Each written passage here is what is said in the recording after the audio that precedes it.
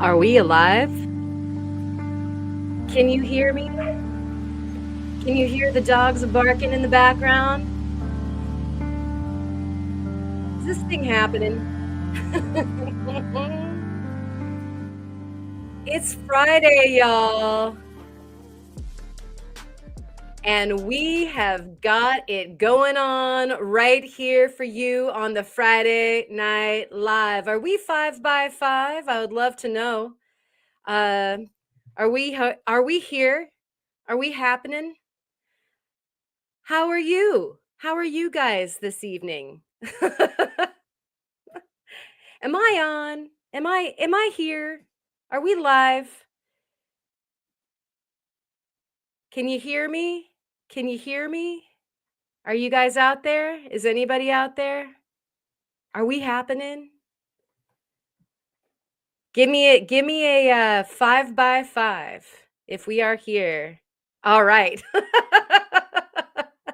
Like, are there the beautiful chirp of crickets going on? Although I know that there's many of you out there, beautiful people in the audience. Thank you for coming. I know my mom is here, and Rufotrus Rooted Rockhound is here, and Romania Rockhound is here, and Tom Katz Josh is here, and happy birthday to you. You've been spanning the globe and hanging out here on the coast. Good to see you. Patricia's Creations is here. Thank you for coming. And I didn't think I was muted, although I reckon I reckon I'm not. Can you guys hear me? We got the 555 from Romania Rockhound. Brenda Bloom is here. Good to see you. And I'm a coming up and down, and I see Resort Dog is here, and Resort Dog is cheffing up didn't. I'll listen over the chewing noises. Okay. Cheffing up din. Listening over chewing noises. Okay. Sometimes I just don't know. I'm so excited to see you guys. And we have one cooker of a show for you guys tonight. And yet I don't always know if everything's working. It's always just a big roll of the dice every week. And so I'm glad that we're cooking with all the fire tonight. Jahik is in the house. Good to see you, Freeform Lapidary. Cheers to you all. And Mom is saying 5 by 5. Yep. Thank you, darling. And Kid Curry is here in the house, and he's bringing the boat. That's never going to end or get old. I love it. And Rufotris is on his way home, and we were in his pocket. And so thank you for chiming on in. We've got Rufotris as one of our trusty rusty wrenches. Phew, I was trying to blend those words together. We also have Allison, Prairie Girl Rocks, another beautiful wrench. So these are your moderators if you need anything like a link shared or anything like that. This community loves to share. So if you got something going on this weekend, make sure that they know, and we'll get your link up. And she's saying hi to everybody. And we'd like to say hi to Allison, whom has a great video out on that meteorite strike that just happened. What was that, yesterday? And so if you'd like to watch some of the news in the rock hounding community, then you can tune in to Allison Prairie Girl Rocks for some of the late breaking news, like housebreaking news, actually. And not housebreaking like a dog. We're talking about housebreaking like a meteorite going into one. And we have Dad's Rocks is here tonight. Howdy to you, Phil. Good to see you. And we've got Lava Bison cruising on in here. How many dice and how many pips? Yeah. Let's start accounting here. And Karen Stearns. All right. He's getting us started off right. The Lava Bison knows the good etiquette here. So let's do that thing with my favorite tsunami mug. And here it is. If we've got time at the end of the show, I'll show you guys the volcano mug. Actually, Kirk Hoyer, who is the artist that makes these mugs, has a volcano mug, and he did send me some footage of the latest, and they're super duper cool. So we're gonna have such a jam-packed show for you tonight. If we have time at the end, I will go ahead and get your eyeballs on some of that footage as well. But Steinkerns to you. Cheers. And I hope that you're healthy and you've got a great weekend staring you right between the eyes. So here we go.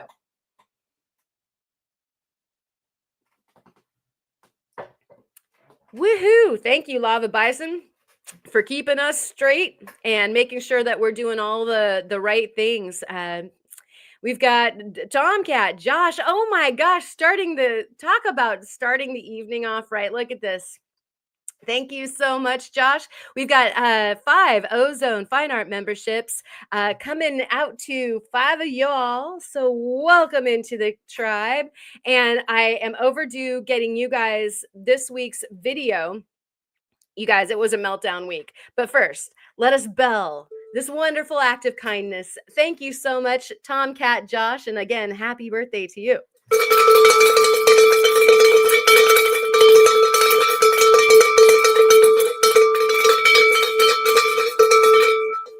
All right. It's the bell. It's the bell. Oh, and some other news. Oh, my goodness me. Another edition that's going to be coming soon to the Ozone Fine Arts membership is more emojis. I was working on Shoulder Devil, and we've got I had the bleeding finger, but I had some suggestion on how it could be improved. So I'm probably improving the bleeding finger. We're thinking about the Oregon icon, and then if you guys have some suggestions, I have a few more icons that I can add. So if you want an emoji, we've got Shoulder Devil coming to you soon, because you guys know we've got the bloody fingers, lapidary bloody fingers, and then we've got the Oregon that actually Tomcat Josh had asked us for. And so if you've got some suggestions, welcome to put them in the chat right now, which I think is, nope, it's that way. Or you can put them in the comments, and that's even better, because then I've got one that I don't have to catch while it's scrolling by. I always watch these over again to catch all of the comments that you guys left behind that I didn't see. And I feel so bad for not laughing at that joke. I feel bad for not answering that question or reading out the wisdom that somebody bestowed upon the community. But you guys benefit at the very least in the chat while it's happening. And I always come back and I watch, and I really, really appreciate everything that is said in the chat and also in the comments. I don't always get back to the comments either. I always read them. So thank you so much for all of those expressions of love and wisdom and giving that you bestow in the comments and in the chat. Really, really appreciate that stuff. And everybody's wishing Tomcat a happy birthday. And we've got the blind squirrel rocks a flying on in here. A flying squirrel, of course, right, Rocky? And so who else do we have? Bob's Rocks. I knew I saw somebody else coming on in here. How are the kids? And hopefully you got some water and also some cooler weather perhaps happening for you, because I know it was happening hot and heavy the last time we checked in with you, Mr. Bob. And also, if you've got a live or something like that going on this weekend, make sure that we know about it. You can post it here in the chat, and we'll try to share with you a link to that so that you guys can make your schedules for this weekend's wonderful, fun viewing. We also, of course, have the Discord, the Rockhound Roundtable, where you can check the upcoming schedule under upcoming videos and social media. And all y'all are welcome to post those things there That's my TV guide, as I've said in the past. Femme Mechanique Designs is here in the house, and you guys might know that we had a really fun time doing a live stream on Sunday. A few technical difficulties, but it seems like that's par for the course for the StreamYard these days, and so uh, we'll take it though. It was a really good time. We've got Danny M sliding on into the chat too. Good to see you, Danny. And those of you who are just slipping in, we've got a wonderful show planned for you this evening. We're going to be looking at the CAB contest over on the Discord. If you're wondering about the Discord, you're welcome to join it. It's a closed Discord group about rocks and everything that surrounds the rock community, like the lapidary and the jewelry making and the finding, all of the things. And so if you are interested, you're invited. We'll have a link to the Discord, plus that invitation would be a 48-hour invitation since it is a closed group. So hop on in there. We would love to see you. And then also Prairie Girl Rocks brings up a wonderful point. We are definitely going to need this link tonight. This is the Discord. Go vote for everyone. And so what she's saying here is that the cabs that we're going to show off to you tonight are going to be voted on for the very, very best one for June. And then the winner of that contest gets to pick the subject for July. And what's really exciting about tonight is it's not just me and my co-host this evening who are going to be dispensing the visuals on these cabs, but we have a few of the makers of the cabs along with us this evening so that we can hear firsthand about some of these cabs that you are about to see. And so this is beyond exciting. One more plate that I got spinning because I thought it would be super fun to check in with some of the makers. We've got Boot, the ghost, the spicy one in the house. Good to see you. Thank you so much for coming. And let me scroll on down. We also have Ted Kellison. Wow. To you, Mr. Kellison. Good to see you. Thank you for coming. And scrolling on down some more, making sure that I am not forgetting anybody. I was talking about our live stream, the one that we shared with Femme Mechanique Designs and the other makers. That was a super duper good time. And yeah, speaking of shoulder devils, exactly. We've got HQZ in the house. Good to see you. Yeah, everybody, I think, knows that one of my shoulder devils, I would say that there are a few in this community that, I mean, everybody's probably got one. A good friend that sits there and makes you do stuff that maybe you're a little intimidated by, don't know anything about, pushes you off the cliff into something that you didn't know you'd ever like to do. And I would have to say that Theo Kellison is definitely one of mine. The original for me, the OG, sitting on my shoulder, getting me into doing some of the crazy, especially lapidary, rather faceting designs. So tonight on board, we have the CAB contest. And then after that, we have a very special announcement about a new thing that we're going to be doing over there on the Discord that is for everybody. And it is still rock related, but not everybody does lapidary with their rocks. Some people manipulate their rocks in other ways. And that is actually what we're going to be talking about for the special announcement. So we are going to shift on over to that part of the evening. And so I'm going to bring my co-host on this evening. We've got the lovely and wonderful Ma. Hi, Karen. Hey, how you doing? Good, how are you? Great, thank you. And Oh, thank you so much for coming on this evening to help with discussing these beautiful cabs. of course. I can't wait. Yeah.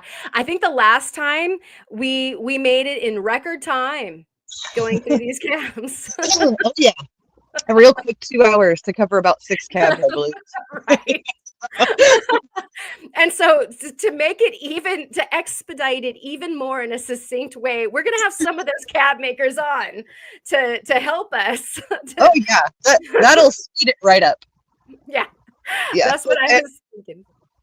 Oh, and sorry. Just by the way, I was just chatting to Theo, and he said to let you know he's still coming. He's just going to be a slight bit late.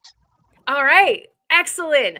So you guys get some foreshadowing or some Yeah. Theo shadowing or however you want to call that. So like I said, we've got some of the makers on this evening of the cabs so that we get to hear firsthand what it was to make these. Now, before we get this kicking off, and we're going to start at the top of the list chronologically and work our way down the cabs. Right. So Theo has some time, which is good. But before we get into that, Ma, would you mind sharing with everybody what the subject of the cab contest was? Yes. So last month, the winner was Corey of Lakers Lapidary, and he came up with the idea that's called "What's the Point?" And it's kind of like a double play on words kind of thing, where he showed an example of a really pointy, very long, elongated, skinny, impossible to set cabochon that he'd kind of been challenged to make, and the whole point behind it was the point of why he'd made it is because he could. That's all you needed. The only reason you need is because you want to, or you can, or you'd like to see if you can. And so it was kind of any way that somebody wanted to interpret that, whether it was just a challenge for them specifically because of the skill level they're at right now, or if it was just something that they wanted to do something a little bit out there. But yeah, so it was a lot of fun. I know I had fun. It looks like everybody else did. There's some great entries. So one of the things that always, and thank you for that beautiful overview of what the subject for the cab contest was.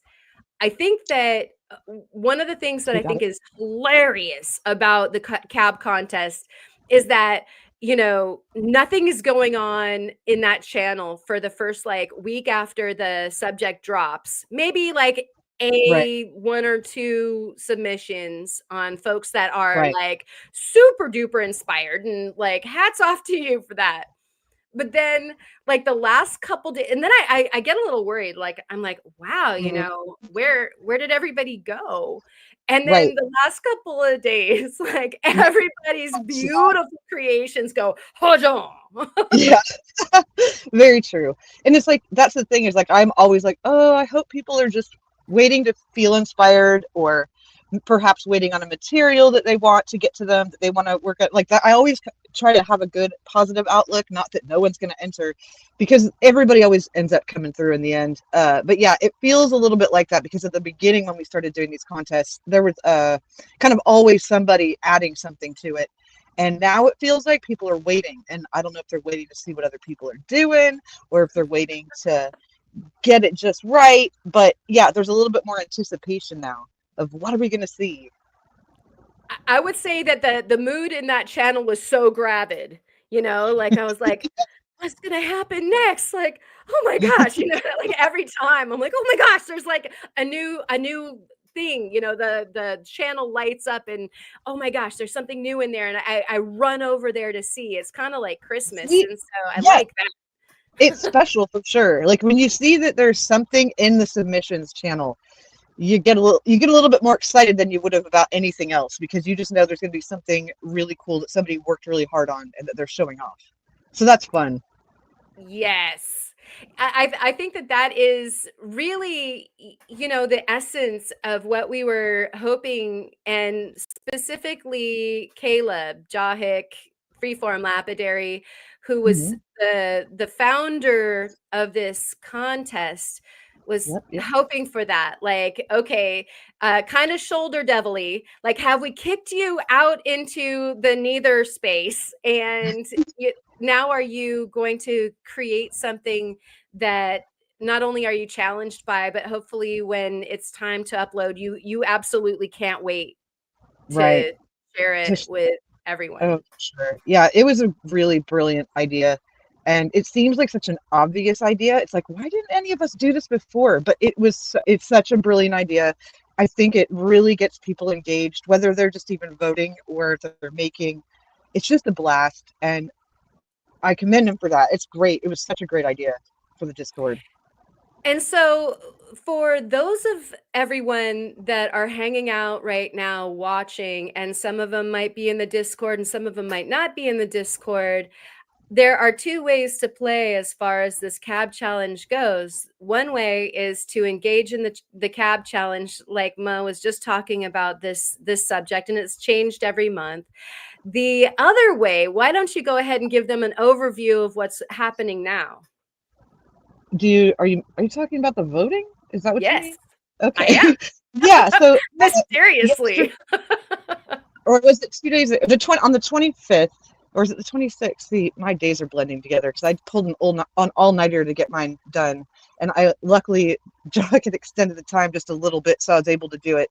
But now it's open for voting, so not only can you go and look at everything, but you can actually go and vote. There's a poll that's been posted, and you follow the link and you drag and drop your favorites to the top. You put your favorite one at the very top, and then your second favorite and your third favorite, and those things get compiled. If your first place will get 3 points, your second will get 2 points, your third will get 1 point, and then they're all added up, and whoever gets the most points overall is the winner.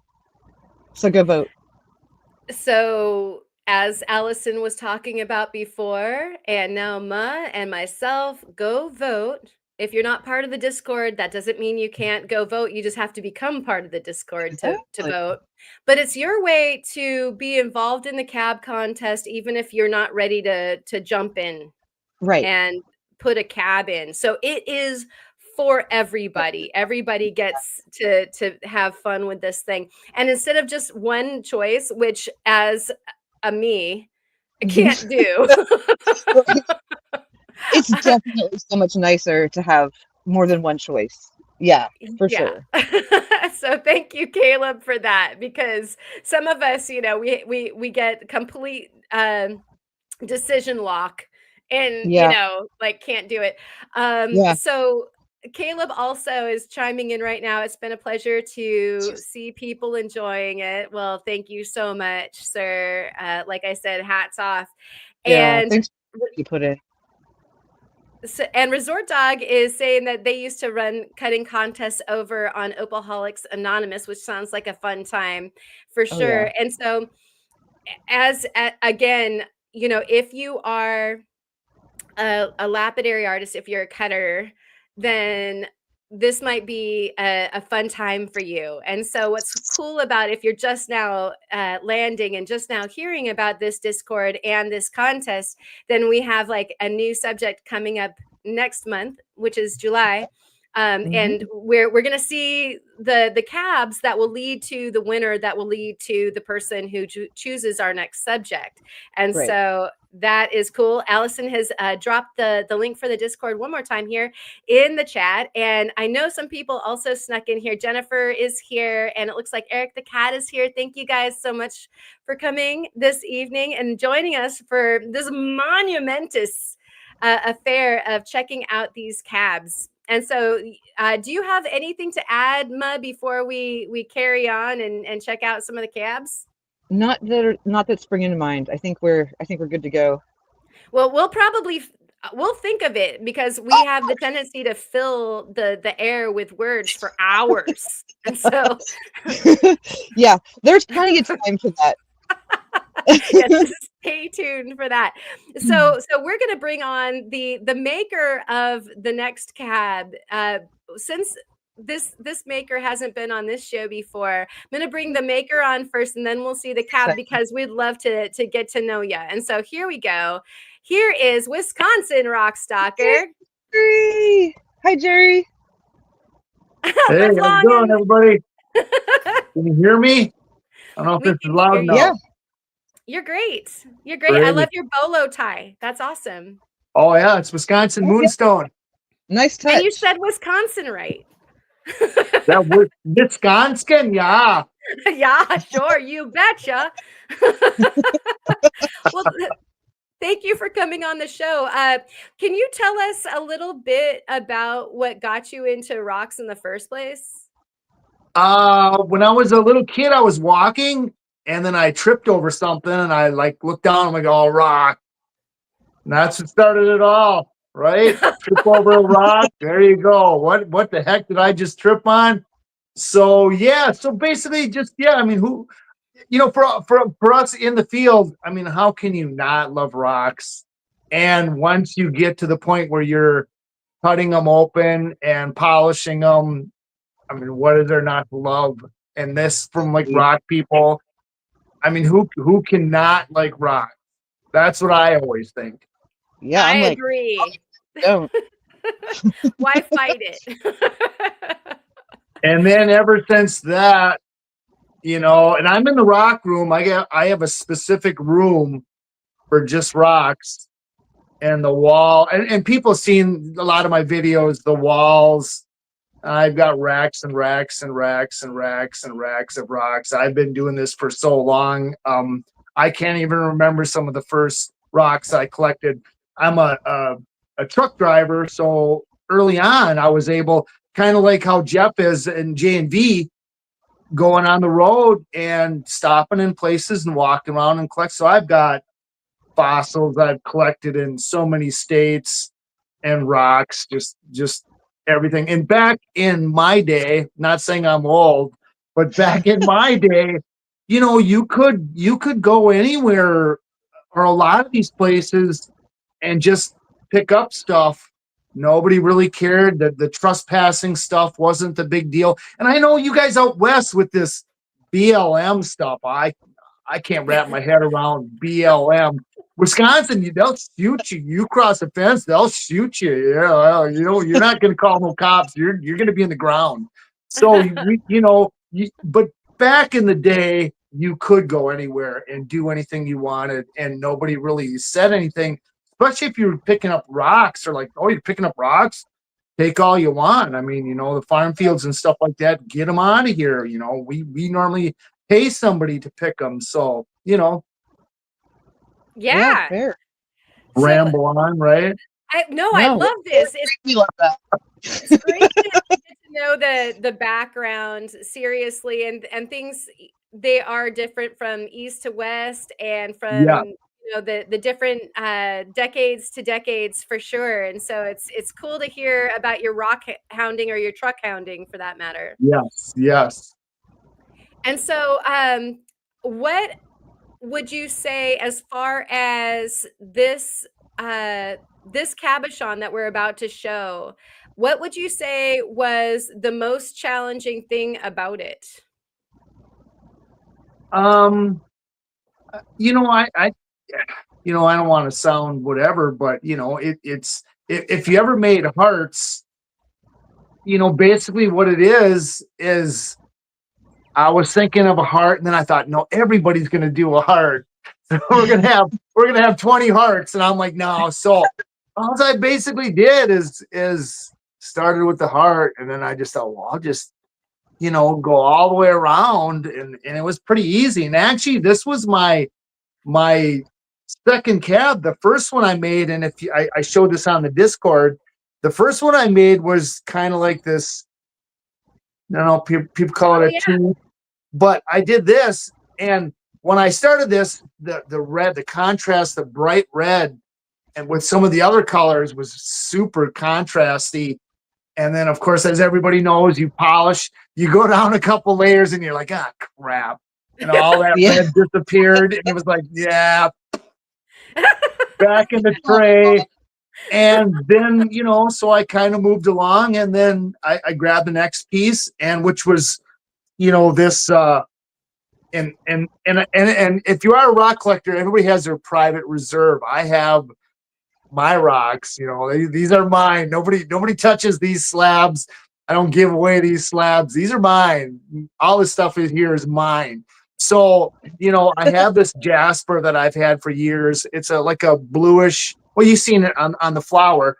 And I thought, well, it's kind of has all them colors, kind of like flowers. So I thought, well, I'll just make a flower shape. So that's how it came to be. That's That's so cool. summery too. And so what another thing I'm wondering here is that like is there a name to this particular material? No, actually, when I had originally got it, it was in a box that was, and I like to say, if people watch, I do a lot of estate sales and buyouts of people's whole entire collections. So a lot of the stuff I get is just buckets and random stuff. But this stuff was green jasper. That's what it said, green jasper. But as I dug down through there, there's some in with the green, and I mean in the original, the stone goes from a Right. green to a blue to a purple to a red, all in like one stone. So those parts with that blue in there, they just, and then on that, if you look at that stone, that with the blue and the, I guess kind of like a black, it almost looks like a cavern in there, and that's not, it's like an optical illusion. There's no divots in there or caverns. That's just a smooth flat piece, but it has that optical illusion to almost like it has like depth in that one bottom edge. So I think I mean just beautiful material. I just love that stuff. It's so gorgeous. I was busting my head like, what is that? What is that? Yeah, right. And of course, slabbers. Oh, that does that ever get old? Cutting rocks open to see what's on the inside? No, absolutely not. I cut and cut and cut. I've got hundreds of pounds of stuff I've slabbed, and will I ever work? No. Brenda's gonna be selling the stuff at a rummage sale when I'm dead for like 50 cents 100 pounds or something. I'll be like, no, that's Chrysicola. No. So that's how it is. Yeah. For her, ironstone, if anybody's familiar with ironstone, everywhere you can imagine. So she'd be, selling ironstone and then letting like Veracite, for the same price as ironstone, or a bag of turquoise, like, oh, anybody, $1, and you're like, you could be rich, woman. So put a note in that Veracite bag for me, for her. Okay. Yeah.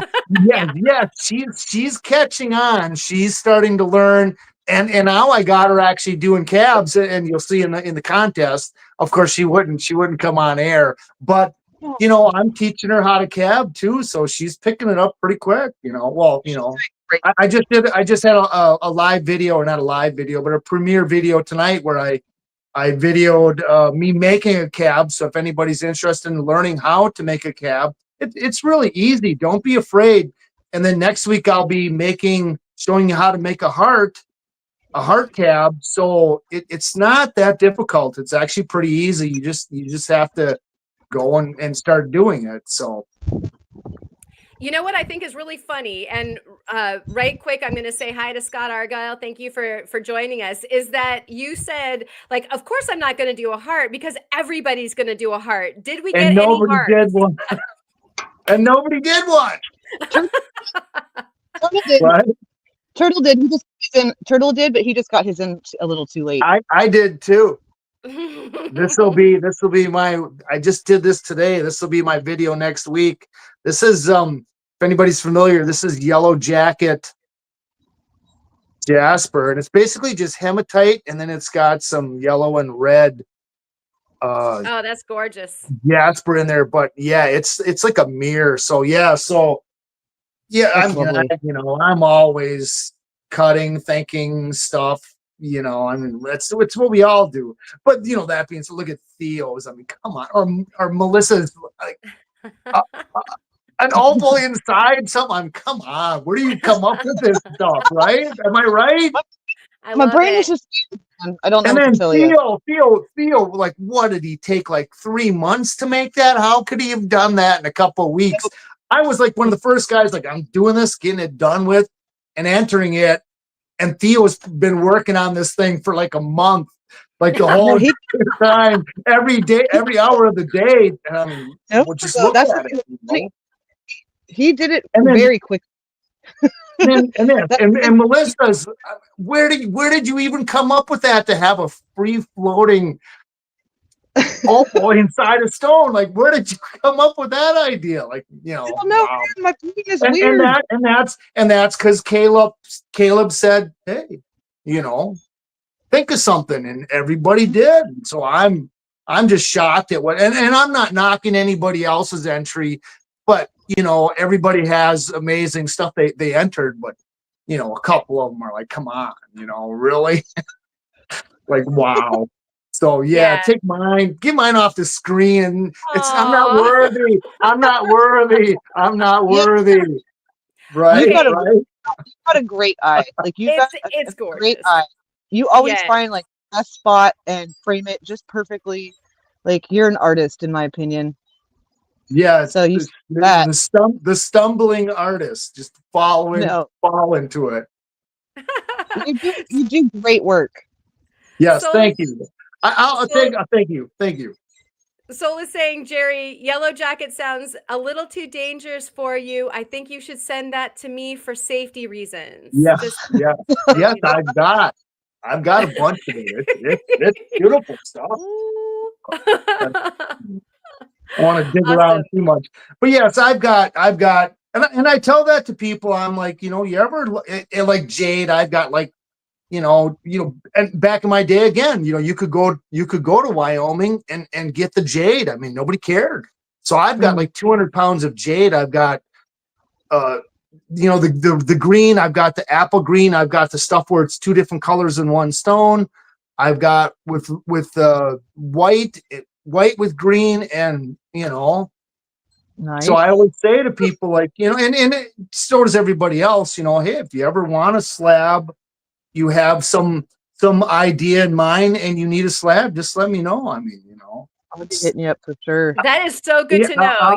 Like you just made a whole bunch of fans just now. Yeah, because you know, I'm never going to you know, especially at my age, there's no way I'm gonna get any of this. And then Brenda's always like, you bought more rocks. I'm like, oh, of course I did, you know. How could you not? I just recently I got 50 pounds of rock for $80, and I'm like, that's $1.50 a pound, and this is beautiful looking agates for $1.50 a pound. I mean, you can't pass it up. And of course, you know, honey, it was on sale. I'm a truck driver, so I make good money. So hey, it's my money. Shut up. I'm gonna buy rock. It's a good thing she's not listening. She's in the house watching this right now. I didn't mean that. Love you, honey. Someone's gonna be locked in the rock room tonight. You know, she knows I'm addicted. You know, I'm sleeping. I'm going, oh, don't step on that rock. in my dreams. So yes. So awesome. Rocks. Live, breathe, rocks. Yep. That is our mantra. You know, we all do. So true. We are all afflicted. Yes, there's not a ton of us, but you know, it's what we do. We love what we do. So we understand. And yes, and faceting on, no, don't get me started. Although that being said, you know, I've got, I don't know if you can see them. That's some, don't even know what they are, you know. I get this stuff. This came in a box with that big thing of turquoise. This was in there. So it's always I think that box was supposed to be you know, posted to me actually. Yeah, yes. And as a matter of fact, I have one of the old salesman. I don't know if you're familiar with these, the old salesman gem things where you open it up and it's got a little piece of each rough rock and then the faceted gem glued right next to it. Oh, yeah. I've got one of those with, I mean, it's got green tourmaline in there, and I mean, you name it, it's all in there now. It's like I got that for $10 at a rummage sale.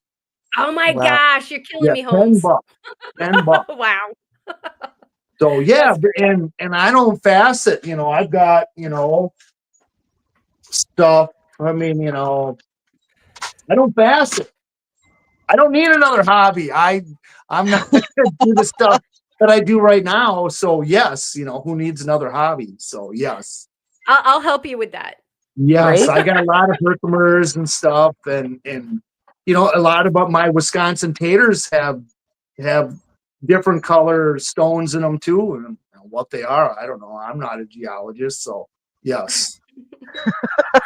Oh my Cheryl. gosh. We could, will you come on for a whole show sometime and Yeah, we can chat with you? I do metalsmithing. If you can see. Yeah, I can see your mill right there. Yeah, I do. Yeah. I got over here on the far side. I don't want to walk. I don't want to take up the whole show, right? Yeah, I'm starting to take up the whole show. You got. Well, that's why I want you to come back on. This Yes, has been you got. so Yes, much right. fun. You got a lot of other people to go. You're going to be doing this till midnight. No, not midnight my time. Your time, it's like what, 6:30 or Oh something. yeah, What is it, like early. 5 right now? Over there, 5 or something. It's dark here. I mean, we're dark. We're just about dark. I'm gonna start hearing the frogs any minute. And seeing the fireflies. We got fireflies. Oh, I've never seen one in real life. Yes, I know. That's what I said. We got them. We got them everywhere. Senior us on not having fireflies. Yeah. Yes. They were, and you're gonna love this too, because when you're kids, if you take a firefly and you catch it and you mush it on you, it'll glow for about 30 seconds or something. So yes, we would mush bugs on us because they would glow. It'll glow for like 30 seconds. Get Wow, right? glowing war paint from insects. Like you That's heard what it we here. do in Wisconsin. Yeah, we do this in Wisconsin in the cornfield.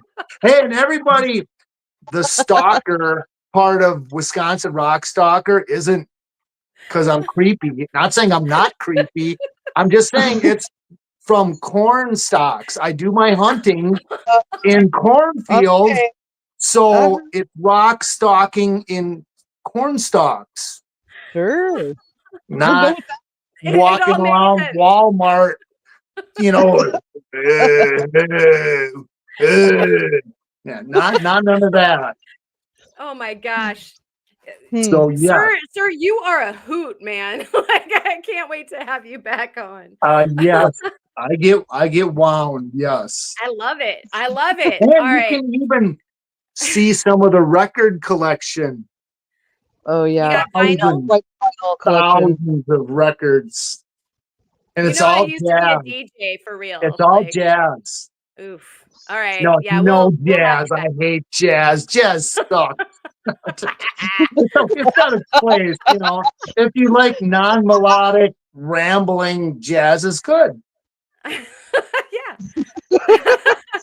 Wow. It's going down next time you're on, man. Yeah. Wow. Shocking. He's into rock. That's crazy. Yeah. All the rocks. I'm pretty eclectic. I can pretty much I like a lot of punk. Tell us that, Jerry. Country. But yes. All right. No jazz. No jazz, Jerry. Thank you so much. No jazz. Hey, I like that. No jazz, Jerry. No jazz, I like that. Yeah. Go change him on Discord right now. So yeah, sometime you'll have to come. You'll have to come in, visit the rock shop virtually, and I'll show you around. See what you have. See what's hiding in the bins, from dinosaur teeth to poop to dinosaur poop. We have it all. We love it. We have it all. Boy, do I have it all. You do. And thank you so much for coming on this evening and for that beautiful Cabachon. That was amazing. And folks, we'll have Jerry back on as soon as we can wrangle that together. And we'll make sure he's drank a bunch of coffee and we'll have a darn good time. believe it or not, it's just water. That's all I need. Just water. I need shit. I need stuff to knock me back. I don't need stuff to hide me up. Right? A nice glass of warm milk, and it's going down. Warm milk. Yes. Yes. Well, and again, and like I say too, because I'm still a truck driver, so yeah, that's always a hard thing for me is, and that's why I did that cab so quick. Is one of our truck drivers got colon cancer, and he came out of it good. So, oh, good. But we were all doing extra runs, so I'm thinking like I might not have any time home, so I quick did those. So that's why I got the job. So yes. So yeah, absolutely. So yes, let's see some other people. All right. Thank you so much for coming on. Thanks for having me. Next time. Thanks for your. I will check out of here and I will check into the chat. All right. Woo-hoo. Cheers. However you do that. Bye, Jerry. And there he's gone. Oh my gosh, that was so much fun. That could have gone on for a really long time, and yet there's more. We have more, you guys. It's a shame he's so I know he's so quiet. So I feel like what we really need to do is get Sir not appearing to appear because it looks like they're in their car. And so our next guest will bring up right now, even though this is slightly out of order. Here is Sir not appearing in this. Oh, it's a Theo. It's a wild Theo. Hey, how's it going? Also, you are what? Here. Is it bad? Is it real bad? It's a little echoey. Or is that just me? It could just be me. I literally don't have an alternative for my mic situation, so this is just going to have to work tonight. All right. So what we'll do is we are going to go ahead and will you tell us really quickly, or not really quickly, just somewhat robotically, about what inspired your cab while I pull yours up? I mean, I don't even know. I knew pretty early on that I wanted to do a spiky circle. It kind of just came out of nowhere. I'm going to have to do a horrible camera angle so I can actually talk closer to my mic. Is this any better? Yeah, that's pretty good. Okay, well, you can just lie, Ma. Just lie. There you go. It looks fantastic. There you go. You can look through my windshield. Because now I can actually be right next to the mic. Beautiful Montana. I literally can't do any of my mics on my phone because it have an aux cord, like an aux jack. I literally have to use. Oh my gosh, it's so annoying. And I would bring the laptop, but it's broken. Oh. So it had to work. Yeah. So I started trying out like random spiky designs and kind of landed on this one, and then I realized that there's 6 parts, and I'm like, oh my gosh, color circle. Yes. Yeah, and brilliant. That was pretty much the whole of it. Like, yeah. There wasn't a whole lot of planning behind it. It was like maybe 10 minutes of drawing random design. And I was like, I like that. 10 minutes of planning. I think we actually, do we have a picture of that? Like your planning page? Let me see if I can find that. Because that is like straight up hilarious. Wait, yep, there we go. Okay. Yeah. Did I find it for us? Yeah, that's it. Okay. Success. Okay, good, because I'm looking at something completely different than you guys. So this is a picture of the rough. So why don't you go ahead and give us a tour around the rough material? Yes. So I decided color circle. I actually was me and Ma were workshopping this because I couldn't decide if I wanted to do solid colors or more like broken up stuff. Right. And I'm really happy I went with the more broken up stuff because I was going to use like solid colored rocks. And then I looked at the Jasper and the Banded Iron and the Tiger Eye. I'm like, okay, these are all pretty much like colors within their rightful spot on the color wheel, but they all have something different going on, and I'm like, yeah, it's perfect. So we have red Banded Iron, the weirdest Montana agate ever. It's like an orange and black plume agate. It's just so strange. Then a yellow and black brush shaded jasper.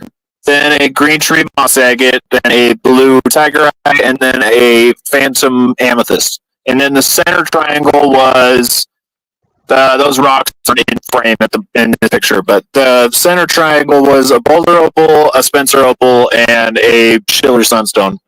Of course. Of course. Yeah. It was actually going to be an Ethiopian opal, and I grabbed two pieces, one of which I decided wasn't going to be work because it had all sorts of sand in it, and I'm like, this thing is absolutely going to start crazing. And then I picked the second one, and I decided it was too nice, so I went with a sunstone instead. Oh my gosh. Okay, I gotta give Mr. Turtle Montana welcome in, and thank you so much for the memberships. Let's give him a bell, and then on to more of this craziness. So here we go.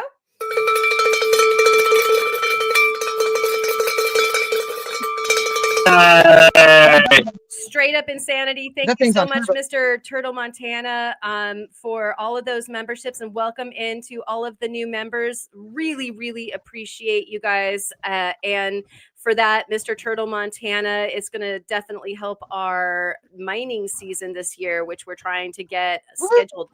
Yoo-hoo! And so let us get all the way back to the next picture. And here is the explanation for, like, oh my gosh. You just talked about each one of these things that went into these little crevasses. How the heck did you get them in there? What? Actually, eyeballing all of it. Yeah, I'm gonna out myself here. I have a very reckless approach to Intarsia. I literally just eyeball it, and like the triangle. Straight up. I glue the template down onto the slabs, cut them out, grind down to the paper, and then I just kind of like test fit until everything is nice and snug. But I do all of it on my fasting machine. I love that so much. Yeah, and it's funny because I almost forgot to post for the contest. It was actually done on I started it July 3rd and it was done July 5th. Oh yeah, he did it so fast. Yeah, because I knew I was going to be busy this month. Wisconsin Jerry just started listening to jazz because of that. Well, I was going to be super busy this month, so I'm like, okay, I got to get this done early because I know I'm going to be busy with other stuff later on. So I got it done as fast as I possibly could, and it actually went crazy fast. Yeah, crazy fast. That is.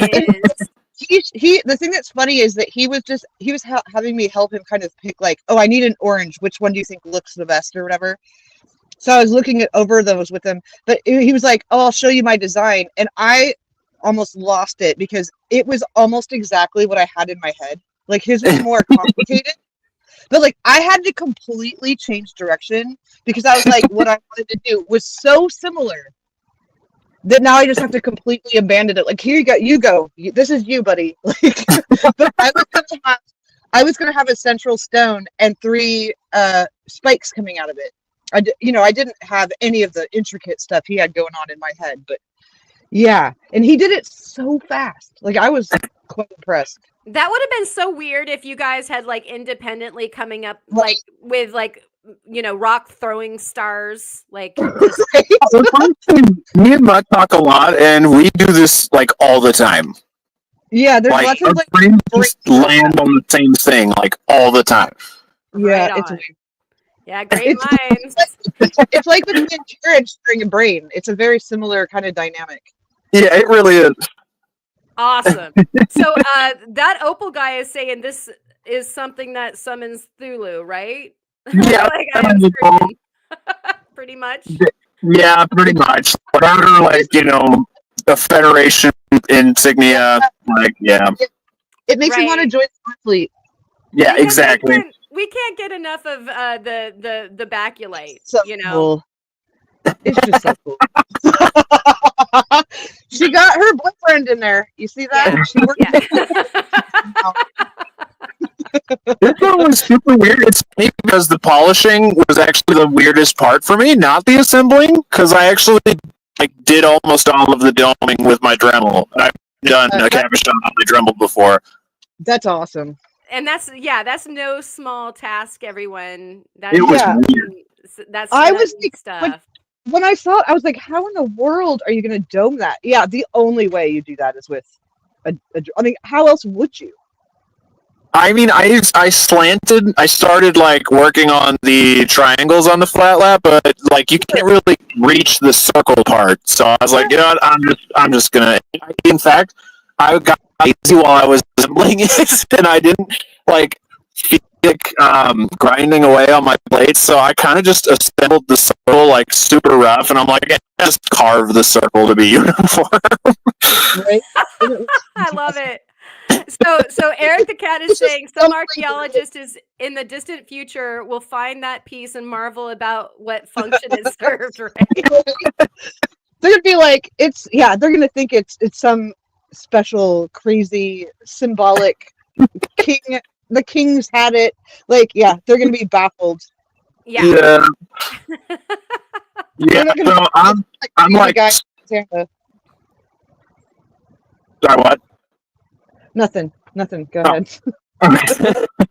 I'm super obsessed with the entire. No, it's a problem. I've only done 2. It's actually only the second one I've done, but I am ready for my third, and I'm terrified of it. There's so many moving parts in the next one.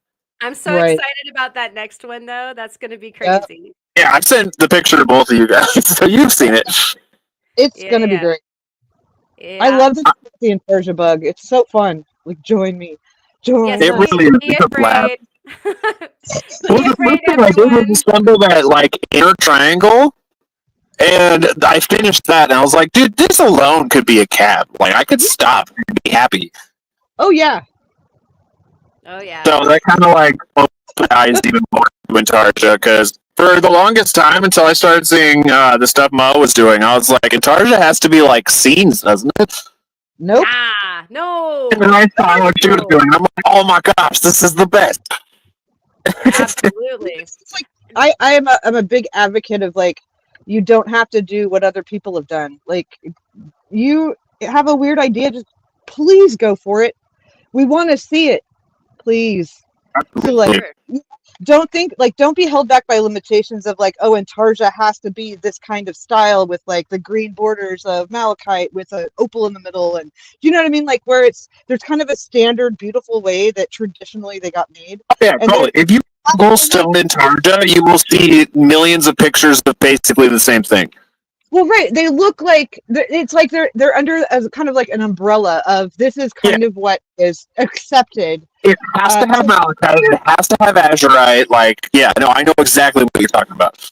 And I do think that's lovely. I'm not taking away from it. I don't want to all, but I obviously I'm a huge weirdo, and I'm just going to be what can I do with this? It's different and interesting to me, Yeah. And that's really just the biggest takeaway I would ever want to say to anybody is please, if you have an idea, is the weirder the better. I want to see it, and I know other people want to see it too. And so go for it. Look at this beautiful thing Theo made, and this is your second ever Intarsia piece. That's awesome.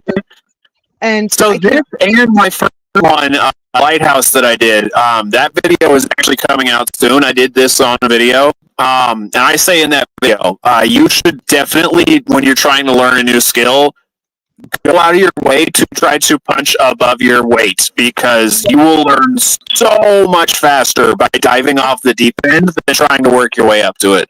That one lighthouse that I did, it taught me so much. This one went crazy fast because of the lighthouse.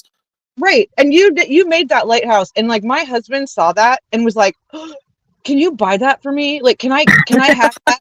And I'm like, "You don't even want the rocks I make. What?" So that is a wildly successful first Intarsia attempt. That thing is beautiful and playful and fun, and it's just great. That's the thing that's about Intarsia. You can do it with anything. any subject matter and like make it your own. Like your it reminded me of a like a stained glass window or something. It's just exactly. Because at first I was like, do I carve to make it like realistic, or do I go like geometric? And then I was like, okay, it's actually gonna be really fun to do the geometric. Right, and it's like that's the thing with me too, is like I want to be able to work up to where I'm making shapes, and then I'm making shapes that will fit in those shapes that are not geometric. But you got to start somewhere. And like you do it and then you learn from it, and then like it would be really hard to step in, I think, to doing anything with like curves if you'd never done anything with straight lines. Absolutely. Like, don't start with curves. I wouldn't. I mean, not to say you shouldn't. Not to say you shouldn't. Because I bet there's someone out there that could nail that. But I just think it's always going to help to have a little bit of like of some sort of experience before you try something. I'm still like, I'm guilty of, there's things I'm working up to or waiting till I feel like they're at my skill level, you know? So it's going to happen.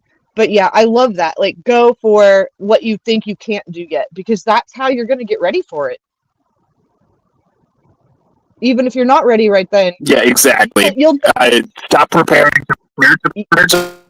Yeah, you'll know what you need to learn. You'll know what you need to get better at or learn more about. If you get there and figure out you can't, like, oh, I don't know what to do, you know, that'll help you learn where you need to supplement your education on it, so to speak. Why is it so quiet? Oh, yeah, hi. This is hot. Hot discussion here. I just wanted to intervene back in about like Intarsia being amazing. I think that it's possible that Sir not appearing in this video probably is frozen. Not appearing in the video anymore. And yet, you know, I think that all the stuff that we were just talking about with the Intarsia is so inspiring. You guys, you know, caught that cog, and we're going back and forth with that discussion. And through the chat, I feel I took through the chat, everybody was really, I think, absorbing and bouncing back their ideas about, you know, what a fertile land that is to check out. And with this particular CAB contest subject, it really made sense to go in that direction, you know, for some of the weirdness. And so I love that it was embraced, and I hope that you guys are going to be inspired to do some of this as well out there. Like, let us be your shoulder devils. Yep. Do it. And go ahead. It's just I've heard some people say like, oh, I've always wanted to try, or you know, I'm not ready, and I just try it. Like, what's the worst that can happen? Like, start with something you don't really care. Like, don't start with your most precious material. Pick up something you've got a bunch of, and just do something simple and see if you like it. And it's like, it'd be helpful to have fences and that kind of stuff, like, so you can make your perfect 90-degree or whatever. But like, I tried and I was like, this isn't, I just got to do it by hand. So it's possible to do it by hand. Just give it a shot. All of my first Intarsia pieces were all just done by hand. In fact, I've never ever used any fence. Let's just I mean, I tried, and the fence I made was just too. It was like if I was using big old chunks of stone, this would work great. It wasn't working great with like things that are 3 millimeters wide. So yeah, I had to learn how to just hold it with my hand. Just try it, people. It's so fun. Oh look, Sir is appearing in this again. My internet literally just dropped me off the face of the earth. I guess they don't. Instead of just showing you my windshield, I guess I could just turn the camera up. Yeah. And it sounds like you're having a really tough time with your signal. And so perhaps we will bid you adieu this evening. And you can come on and talk at length about your CAB another time. Please do. Are you still there? The moment that can I hear me? Robot Theo, what? Am I? What? I hear you laugh. Ah! That's the one part I hate my phone so much. Oh my gosh, it drives me crazy. Okay. Well, I promise like real soon. When that happens, I will come back. But I don't know that I could commit to another live on this freaking phone because it is absolutely agonizing. Yes. God. Agree with that. Oh, Oh my god. That's so frustrating. Jerry said you sound like Charlie Brown's teacher, and that is just too funny. So annoying. Okay. Well, it also doesn't help that my phone is overheating, so that's probably exactly why I'm roboting so hard. Oh, crackle, crackle. yeah. Okay. Words. Crackle. God. Ah! Love you, buddy. Yeah. Thank you so much, Theo, for coming on. All right. I feel like there almost should be like a moment of silence for that. Yeah, we need. Oh, my earballs need a rest. That was like a crash and burn. So sorry about that, and especially sorry to Theo because I feel like his internet really let him down on that one. He's such a wonderful person to chat with, and you can't hear him. No, Sorry. it's even worse. Like hearing the struggling voice, like coming through, like the flames of the crackle. Ah! Yeah, that was really, really hard. And so to bounce back from like once again, that was like an amazing cab though. Please don't let the crackles like divert you from the amazingness of that particular cab. It's amazing. And so once again, go over there and vote. But we're going to bring the dulcet tones of a tried and true voice of our interwebs onto the show so that we can all kind of come down from that like slightly grating situation. And we're going to bring Ryan up here, the voice of our generation. How am I supposed to follow those two? This way. I thought following Jerry was going to be bad, but following Jerry and Theo. But hopefully my audio is better. Oh, it's about 1,000 times better, sir. So good. Let me just tell you how good you sound to us right now. So soothing. It really is. I could just listen to you for hours. Right? Well, hopefully not, because then it might be a night. But maybe I'll let you get back on time. We would be listening to you doing some snoring, maybe. But first, while I'm pulling up your cab, would you mind telling us a little bit about your inspiration? Okay, my first attempt at it was probably going to be a little bit more on the odd side, trying to cabby a rhyolite thunder egg with some really weird shapes, but it fell apart, so that kind of went by the wayside. And so the piece that I ended up submitting, I almost didn't take a before picture because I really didn't mean to be starting out as the contest cab, but I kind of figured if it turns out and I don't come up with anything else, then I have a submission, because I was having a tough time coming up with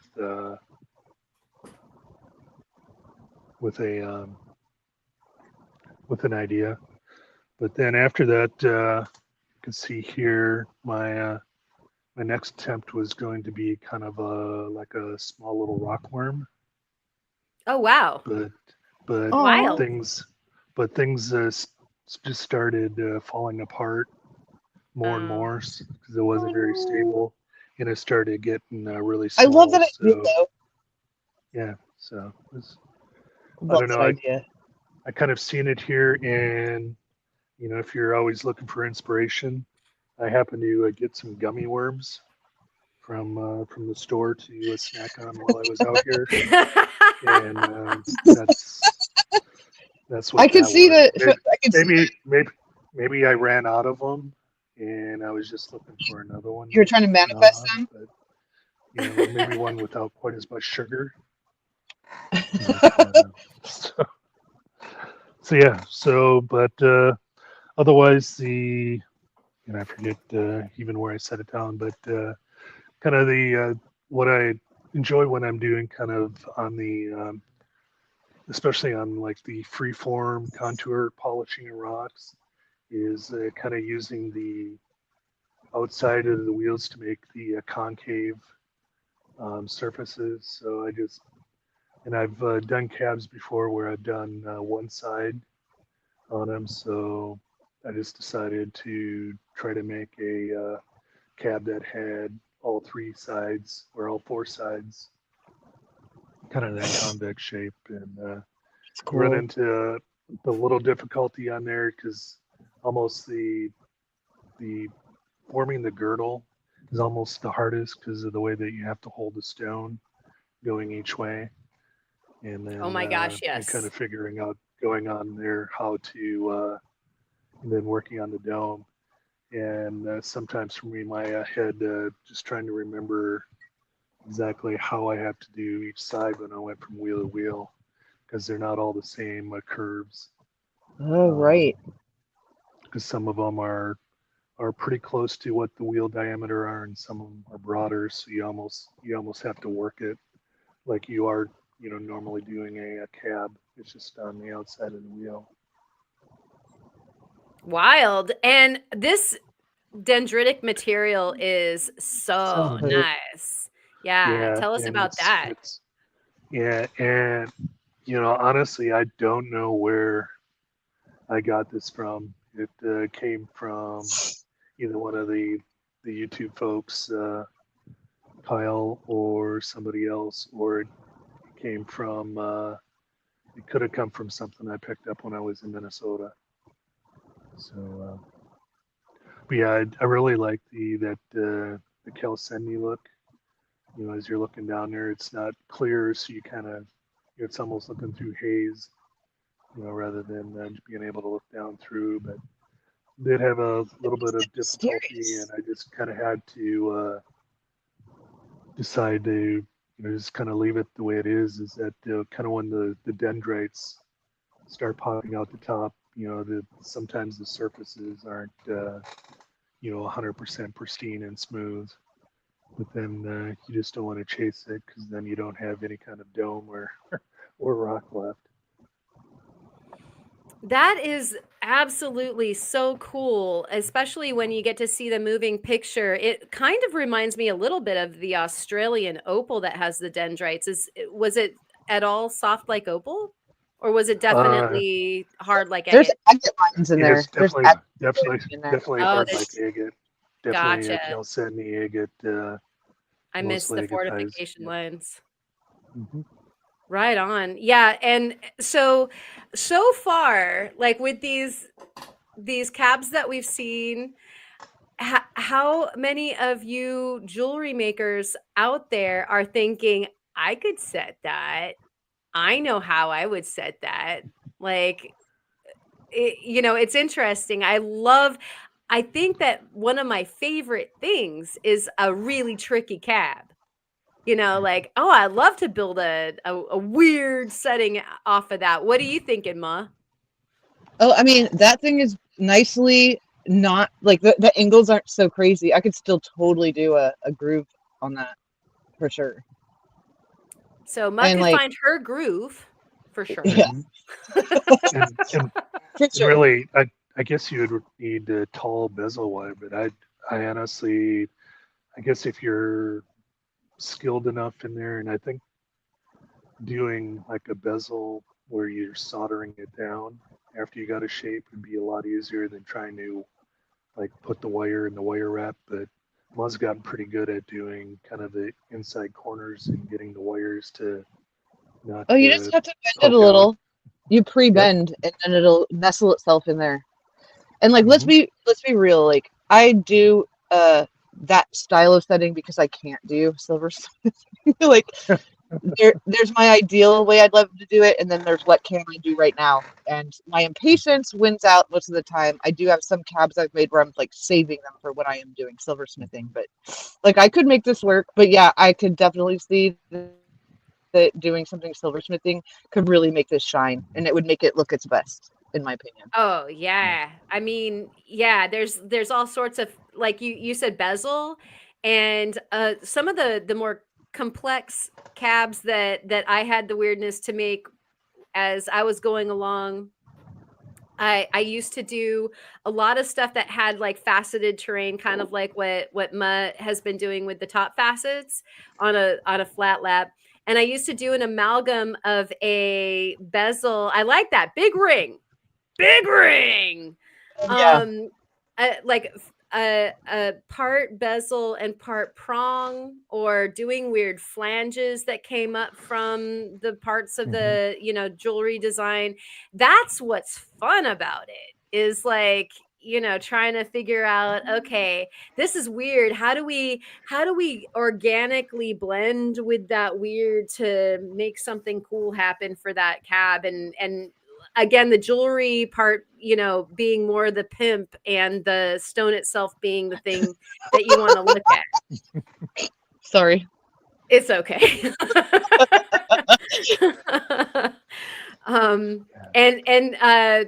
Let's see. Jennifer was saying beautiful pillow-like cab. Definitely. Beautiful cushion. Yeah, agree with that. And then Mr. Rob Thomas, thank you for coming, slipping into the chat there. And Rob was saying I would make a bolo out of it. That would make one fetching fine bolo tie. Oh, absolutely. Agreed. I think some people will make bolos out of everything. That's true. There are some bolo fanatics out there. They can work it into anything. It's kind of funny. There's probably on the probably maybe only had seen, outside of some women that are wearing loose ones, only a handful of people in my life I've seen wear bolos, but I hear everybody talking about it. So it feels to me like more. I just must not hang out with the. Maybe it's an out west thing. I'm with you, Ryan. I don't see them in real life. Like, I don't think I've ever actually seen a man in real life wearing a bolo tie. But I think it just has to be. I'm being curious. I don't think I ever have. Oh my gosh! Seen pictures, and no, I don't think I've ever seen it. Hanging out with the wrong crowd. Yeah. Well, clearly, bolos but are a thing. I can see, I've worn the Boy Scouts. Well, look, I'm not making. I like them. No. I'm not mad at them. Yeah. Boy Scouts don't wear bolos; they wear ascots with like a thing. Like isn't that what a bolo is? No. What is a bolo then? Educate I see. There's the like leather strap, right? And it goes usually with like some sort of, usually it's like a sterling silver kind of tip on it, but it's it's like a thin cord, usually leather, goes around the neck, goes down through the little, I think you're mixing it up because in the little piece, like on the Boy Scouts, they do have two little spots you're tucking the material through to hold on. But it's different. I was at least close, and I was only making fun. So. I at least see I get where you're coming from. Absolutely. Karen's like, oh, hell no. Rufotris is like, he's joining this. Like, we had bolo ties and I made some, but no, they were ascots. Yeah, okay. That's true. Okay, thank you, man. It's a similar concept. Like, I get it. I get what's happening. It's something that holds something that goes around your neck. Yeah. That's true. I don't know what the difference is. Yeah, we hate your phone too, and thank you for trying. I grew up in central Minnesota. Come on now. I just think it's more of a Midwest kind of thing, right? I mean, I'm not. It's a Southwest thing. That's what I meant. I actually meant that. The wrong thing. And the West, because like my grandfather wore bolos like crazy. All the folks, out there in Wyoming wore the bolos, and of course down in the Southwest when I lived out there, everybody was wearing bolos. We used to have to wear a tie to work. Right. And I used to wear bolos, and that I could get away with that. And so You're I'd such just make these outrageous bolo ties to wear to work. You know, why That's not? perfect. You're Yeah. such like my spirit Yeah. animal because I would have done that. I'm like, I'm not wearing a tie. I will make something that looks like a tie, and you'll have to be happy with it. Right. And you'll be mad about it because you're my manager, but then I'll get so many compliments on it. You'll be like, oh, I guess I was wrong. Exactly. But I did have a Star Trek tie, and like That when you was, bust out. I had a I couple should've- of really good ties that I would I wear should have occasionally. known you guys back in the '90s when my office job required a suit and ties. So Oh man, I I would have was hooked you up. Yeah. Yeah. I missed out. Yeah. But at any rate, the tangent is that stone would have made a great bolo tie for sure. I agree, and many other things. Maybe even a good scout. Yep. You know, who knows? All of it. So what would you say was the hardest thing about making that thing? And what was the most rewarding thing about creating that particular cabochon?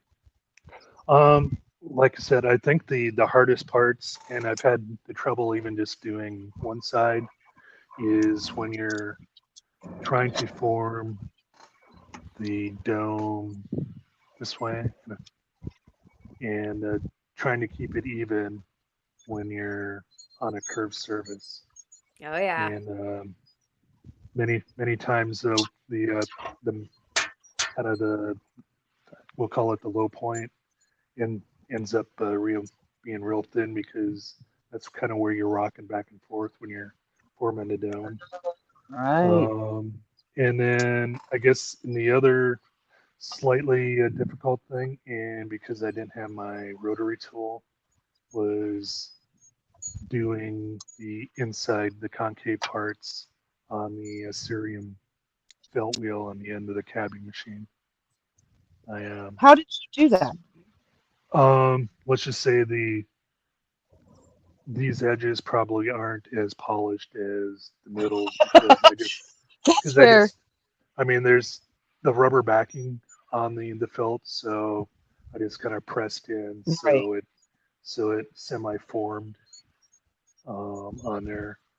I It almost kind thought of about seems like. I almost thought about Sorry. taking that off because I do have an 8,000 and a 14,000 wheel that I can mount on the edge, but I was being lazy because it requires me to take off the nut and Oh, that's figure out the rough. spacing so it doesn't hit the thing anymore. You can So, always do that stuff on rotary tool. I was going yep, to say that. and if I had all that stuff out, but the rotary tool was kind of put away, and like I said, when I had made it, that wasn't going to be my competition cab. Right. So I just took pictures just in case. But I still can't, I love and it. it's not like it's a bad polish on the insides. It just may not be as much as the rest of it. That's fair. And like I said, it kind of turns out it kind of reminds me, not of a bolo tie, but almost like a bit of a stingray kind of Yeah. thing. And Oh yeah. if I would have Total thought about it, secret and it would have been longer, it might have been cool to have kind of just a pointy piece coming out of one of them. Ooh, yeah. Oh. Now that may have Right? that That's may a have great idea. that may Jewelry have moved me design. that may have moved me up a couple places, but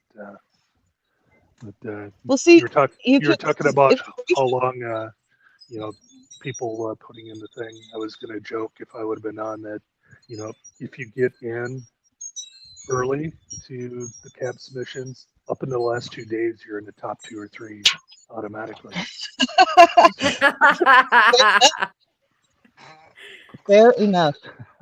Right on. And then those last 2 days, you just see yourself But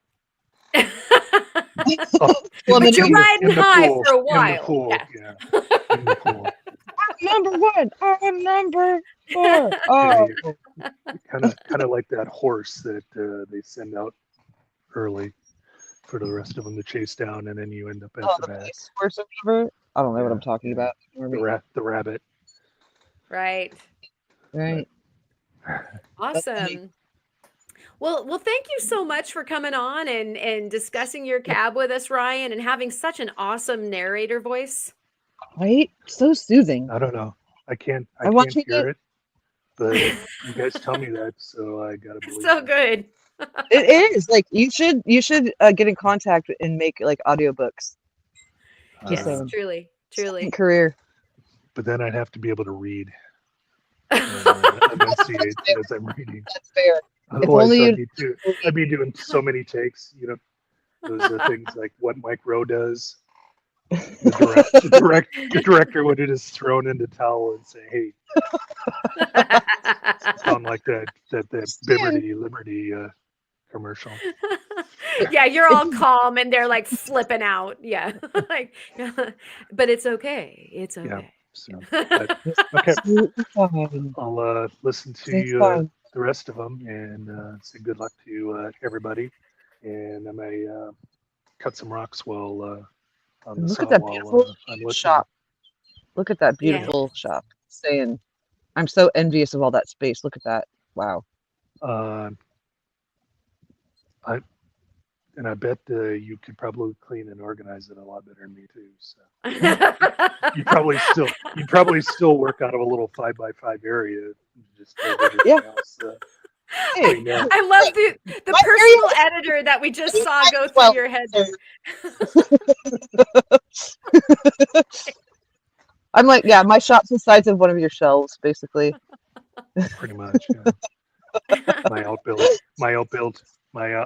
that I have to store stuff is bigger than your shop. So. Yeah, basically, yeah. Yeah. Probably. Your outbuilding.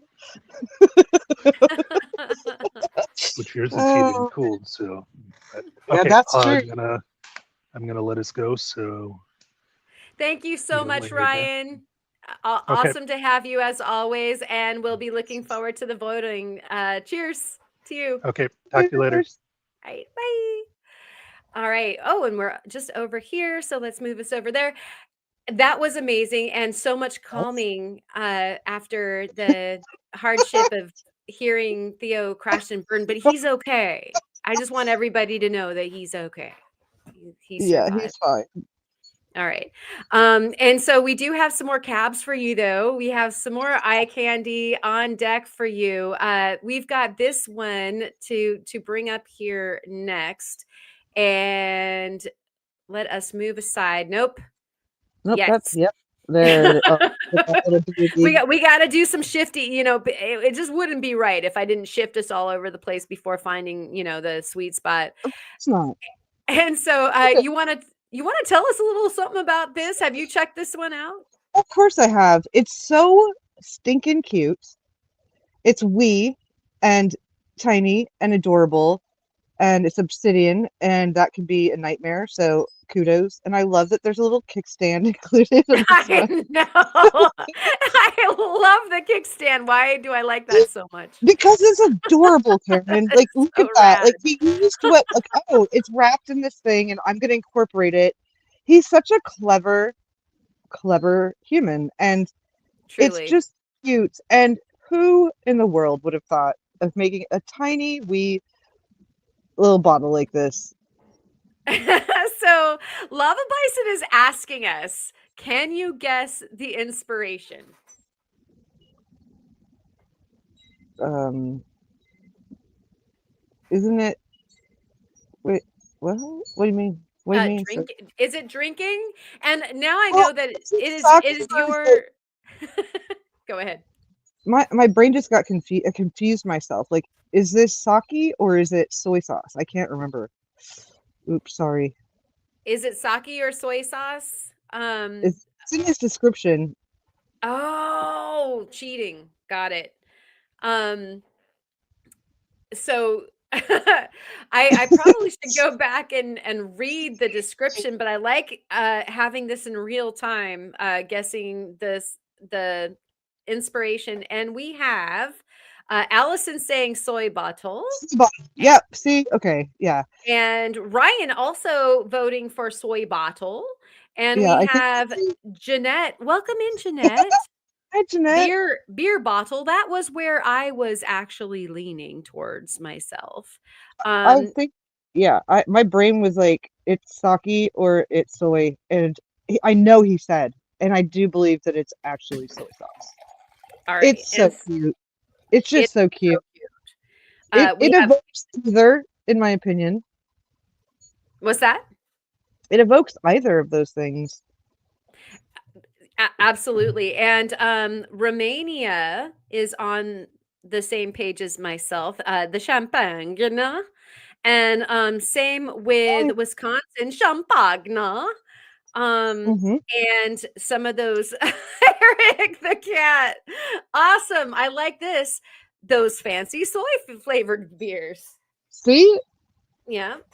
it's all in the same general, region of beverages or sauces.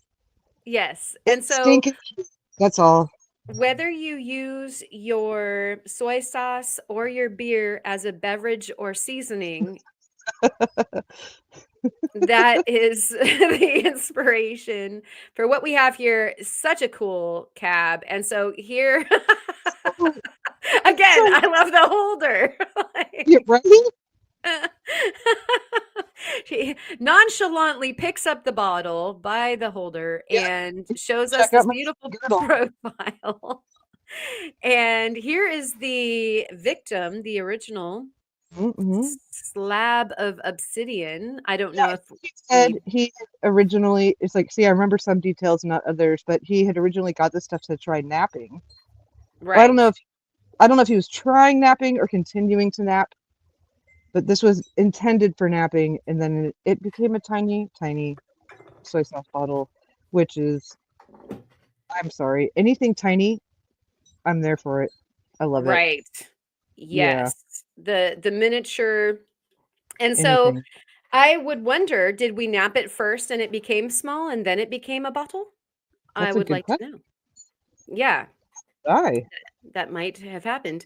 And here, what I like about this is that the illumination, even still, is reminiscent of what its contents might be. And this bottle will forever be full. I like that. There's nothing half full about that thing. No. The ever full, never quenched bottle of soy sauce or beer, or as Eric put it, both. Which would be maybe like a Guinness or a Sapporo or whatever. And there we go. So it's cute. just so cute. Yeah. Or even it's just kind of reminding me of being in an Italian pizza place with the like oh gosh, what's the wine I'm thinking of that has the cool little bottle on the table? The Chianti. Yeah, with the fava beans. See, this thing is just it evokes fun and drinks and sauces. And all of these things are fantastic. Well done, sir. It's so stinking cute. I love it. I love it. I love it. Absolutely. Yeah. This is awesome. Absolutely well done, sir. Thank you so much for tossing this in. And Allison poses the question: who does this? Nothing stops a bison. Absolutely right. His imagination is just great. I love it. Totally. And that Opal guy is ready to it's ready to the motorboats with this bottle. Oh, yep. Well done, Karen. Thank you. That's exactly what this is. Got to get the call back. All right. It's christening bottle. Indeed. So, absolutely amazing. Once again, if you are just dropping in, since we are an hour and 30 minutes into this small affair, we are going over the cabs for the cab contest over at the Discord, and you too can go ahead and vote. In fact, we encourage you to do that. Not right this second because you want to see the other entrants, but those are going to be. Yeah, you got to know what you're doing, and after we illuminate, you'll clearly Clearly no. But if somebody, Allison or one of the wrenches in the chat wouldn't mind putting up the Discord link, this cab contest goes on every month, and we have the amazing talent of the whole community coming together in this cab contest to show off the subject of each challenge. This challenge is an amazing one on account that we were given quite the crazy challenge with this one. Exactly. And I feel so bad for Corey that he wasn't able to actually get his entry in. He had saved a little bit of time, he told me, at the end of the month, and he was getting ready for that time and had a horrible flood in his shop and has been having to deal with that. So it was just off the table and he couldn't And participate. when we're talking about horrible, we're talking about the worst kind of flood that you can imagine right now in your mind. Like if anything could flood your basement, that you that wouldn't would want like horrify you. Yeah. Yep. That's and then It's add to that. that he's hundreds of pounds of totes of rocks and machines, and he had to move that stuff out, and it was just not And possible. clean it. And sanitize Poor it. man. Yeah, I'm feeling so bad. So bad. But you Yeah. know what? Your wind chimes in the background are really helping. They're Are they like help- they're They're so cleansing. nice, huh? Yeah. Like that used to be your alarm and it's not anymore, huh?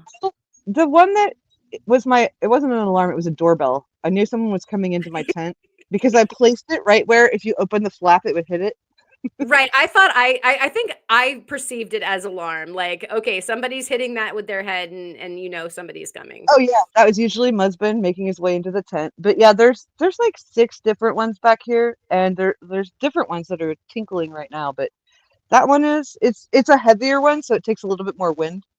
It's I not like making it. any noise right now. But yeah, it's lovely. It is lovely. I As didn't too like is this here. cab. It's so good. Okay, you want to tell us a little bit about this one? Yeah, this would be by our lovely friend Jahik Caleb Freeform Lapidary. It's from a serpentine type stone, if I'm remembering correctly, not quite a jade. It's he said that he was inspired by the I want to say it was by the abalone inlays in I don't remember what, but that's what got inspired him for the shape. And I just think it's so elegant and lovely, and I really like it. Absolutely. And so here we've It's got turtle. What's that? They call it jade, turtle jade. It's not actually jade, but yeah. Right. Yeah, there's so many different like kind of values of quote like jade, jadeite, Yeah. serpentinite rather, and serpentine. And correct me if I'm wrong, like isn't just like in the family of jade. Yeah. And I think nephrite jade, right? Like not Yes. jadeite, but nephrite jade. It's a serpentine. It's basically like, did a rock get melty enough? Like, did metamorphosis happen at what intensity to basically recrystallize something? And I think that like nephrite jade is like the highest. It gets sat right next to something so hot, it basically melted and recrystallized, and that's what gives it that toughness. So this is just of that family. I mean, you can just see even in this little picture that you've got up here, where the light going through that thing is just phenomenal. Yeah, I think that some of the ones that have the inclusion, and the geologists call it greenstone, and it's the stuff that is created when let's go back to that one. When a exotic terrain is being created out at sea. And so, it's all of the compression and craziness that's going on when an island is being formed, basically, or an entire part of a new plate of a terrain, a geological plate is being created. And so the serpentinite, jadeite, all this nephrite. These are different qualities of all of those, super cooked. They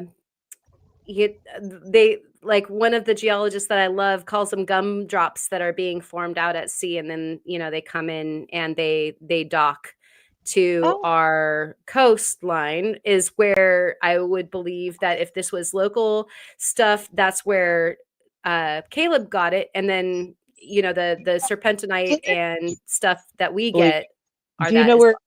do you know where Clear Creek is? I think it's down by him somewhere, yeah? So yeah, that would be an accreted terrain then. Yeah. Yeah, Created out yeah, at sea, and then that bedrock is greenstone, and beautiful. is so I particularly am excited about this sort of thing on account that it's got a really fantastic a geologic history Mhm. that adds to the profound elegance of the stone itself, is Right. that it's all stones are fossils, if you will. They're Right. earth fossils, right? Yeah, But yeah.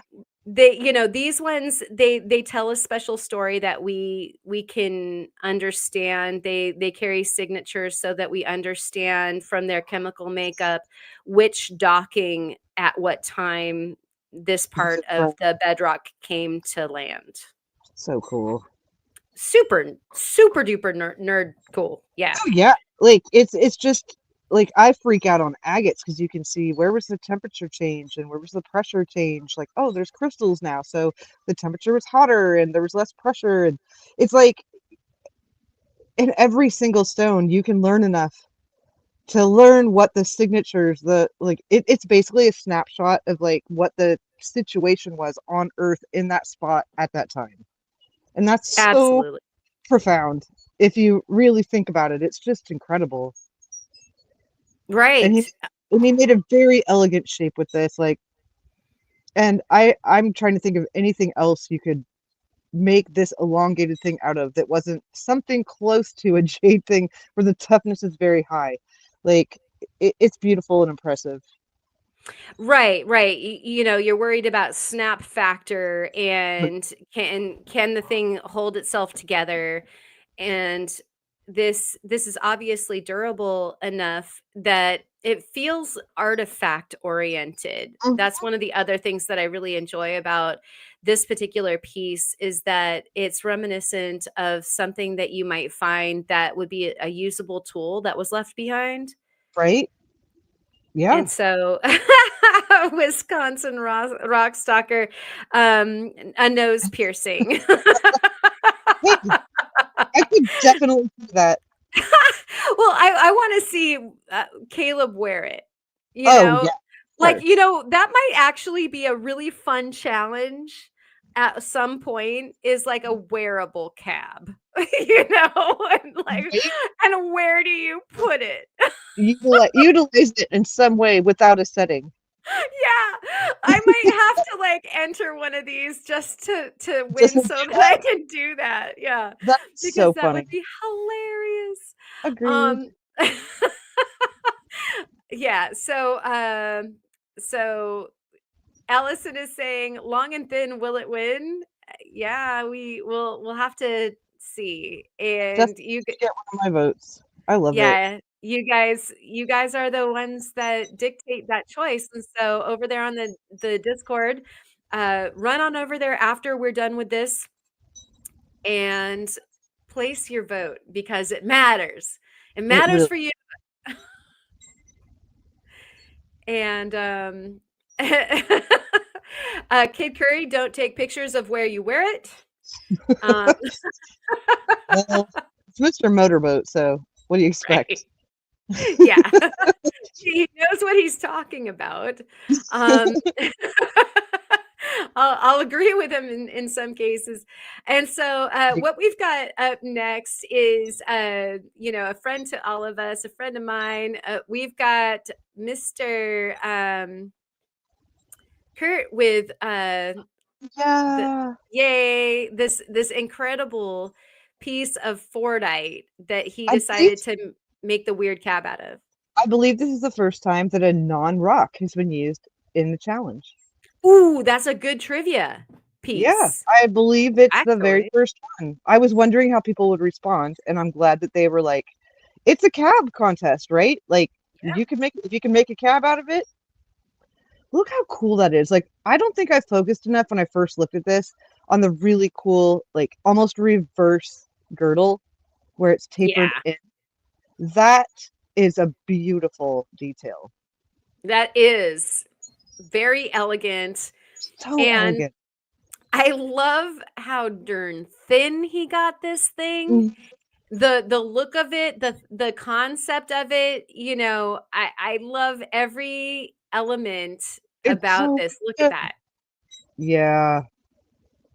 And I know that this wasn't what he was trying to initially start with. He was trying to do something with a clear barite that would have been Right. beautiful. And he was doing it because it's difficult, but the difficulties of it unfortunately made it so he couldn't finish it. And so he just took a little stab at, I'll just do this then. And wow, it's just lovely. Like I've seen Right. Fordite cabs, but this one is just, I love it. Right? Well, It's so visually stunning. one of the things that like I used to have a fun time going through the Tucson show, and just back then I was just a jewelry person. Right. I had like kicked, doing the lapidary to the curb. Like that's the dirty job. You guys can fuss Let's do around with that. that stuff. I'm just gonna set the stuff. But Right. I would walk around all of the booths and stuff and see the artistry of the cabs. And what inspired me was what I bought. This would Yeah. have been purchased because Oh, I couldn't wait to set something like this. This would be just so cool. How unusual. You know that people would be stopping you. Like, what the heck is that? If yeah. you were wearing, It's you like, know?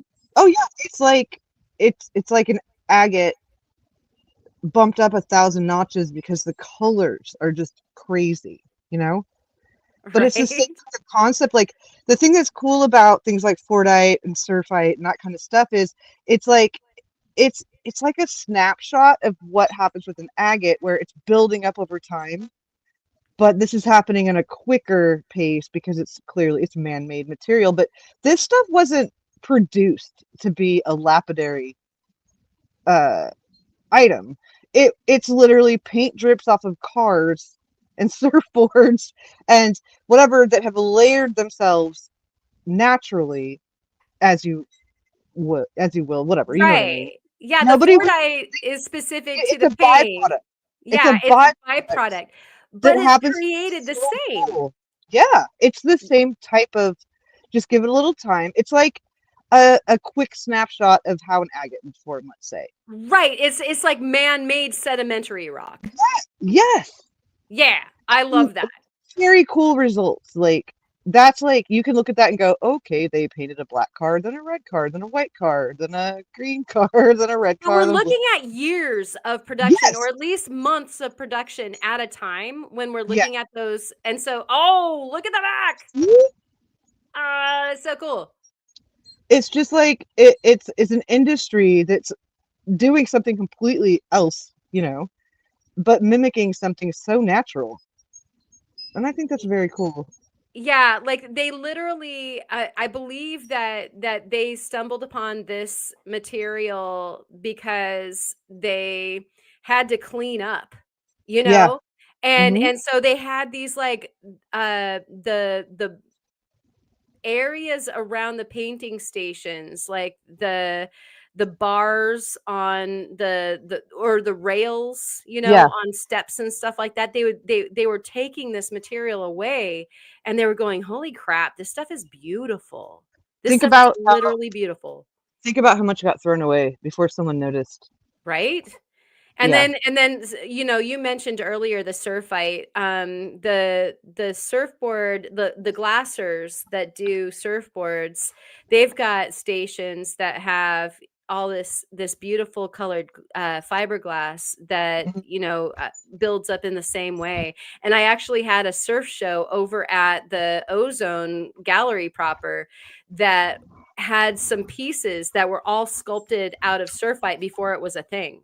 Like it was one Right. of the glassers that the surf show was based on the actual surfboards. And so all Right. of these surfers would bring, or rather surfboard makers would bring their art boards into the gallery to be shown. And there was this one guy that was already making waves and stuff like that out of the surfite, Oh. like way before it became a thing. Yeah, So and like crazy. it just takes one person recognizing the intrinsic value of something that's completely would normally be disposable waste, and seeing the beauty in it. And it just takes one or two people that discover it and share it, and then it becomes like a coveted thing. Right. know? Especially if it's something so embraceable as look at what we have here. Like Kurt's Yeah. glowing, gorgeous fingers and this like crazy rave amulet that Right? is a Right. bullseye on acid. Yeah. But it's fantastic. Yeah. Yeah. Yeah. Excellent job, Kurt. There's again the original, and we have like a candy apple Oh yeah, red some sparkle to start off with. Mm. Yeah. But yeah, Very that's cool. how many production lines of cars in there, That's crazy. Right? It's history too, and that's It is. cool. I love Yeah. that so much. Okay, Lava Bison wants to know what's blue and smells like red paint. Blue paint. Thank you, Lava Bison.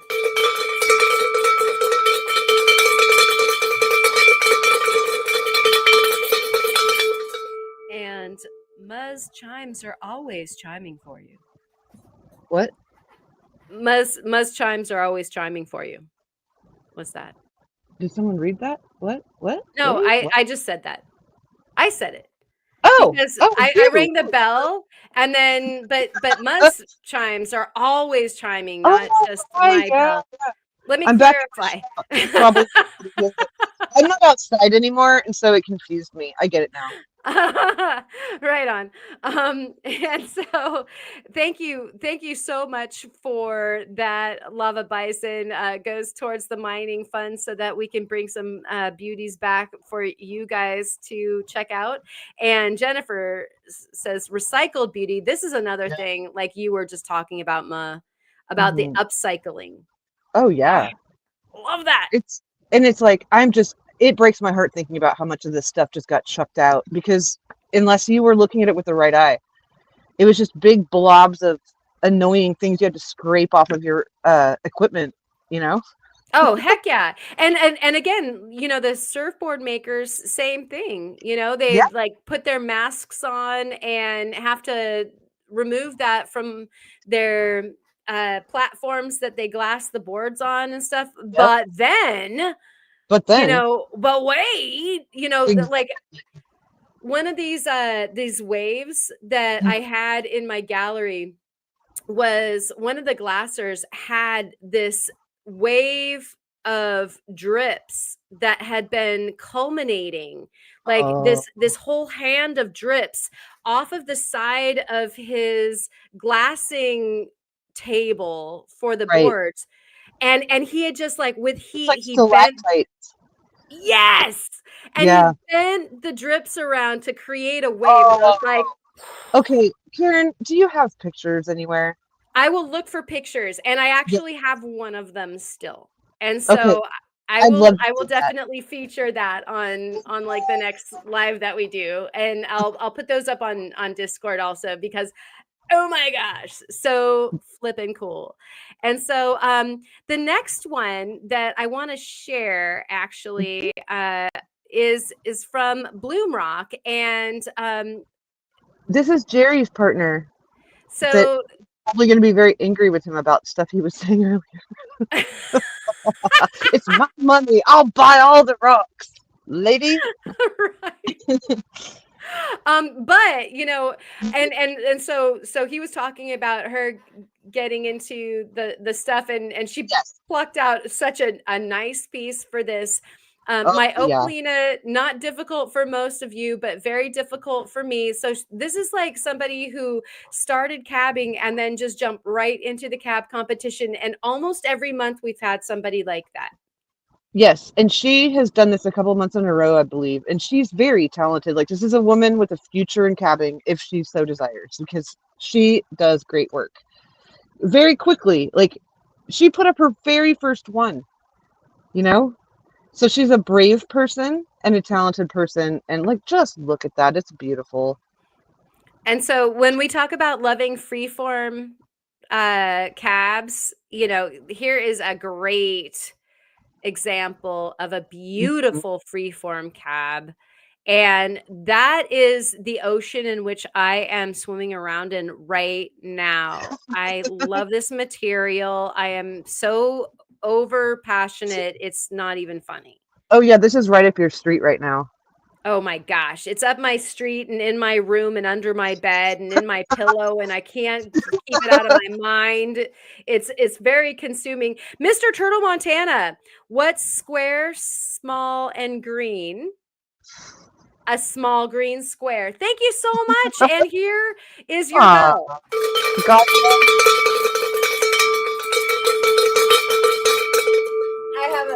I have a tool for this also.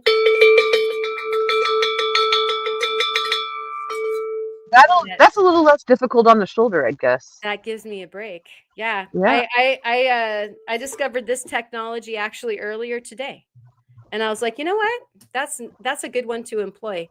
Yeah. Oh, wait, but before we go on, Mr. Turtle Montana would like to give my shoulder a little bit more.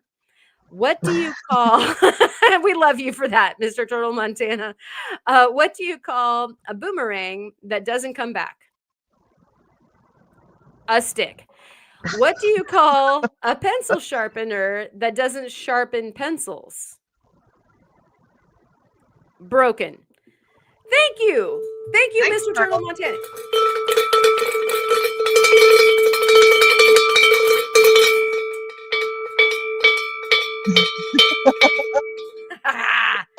I feel like he's starting to read like the jokes on the side of popsicle sticks at this point.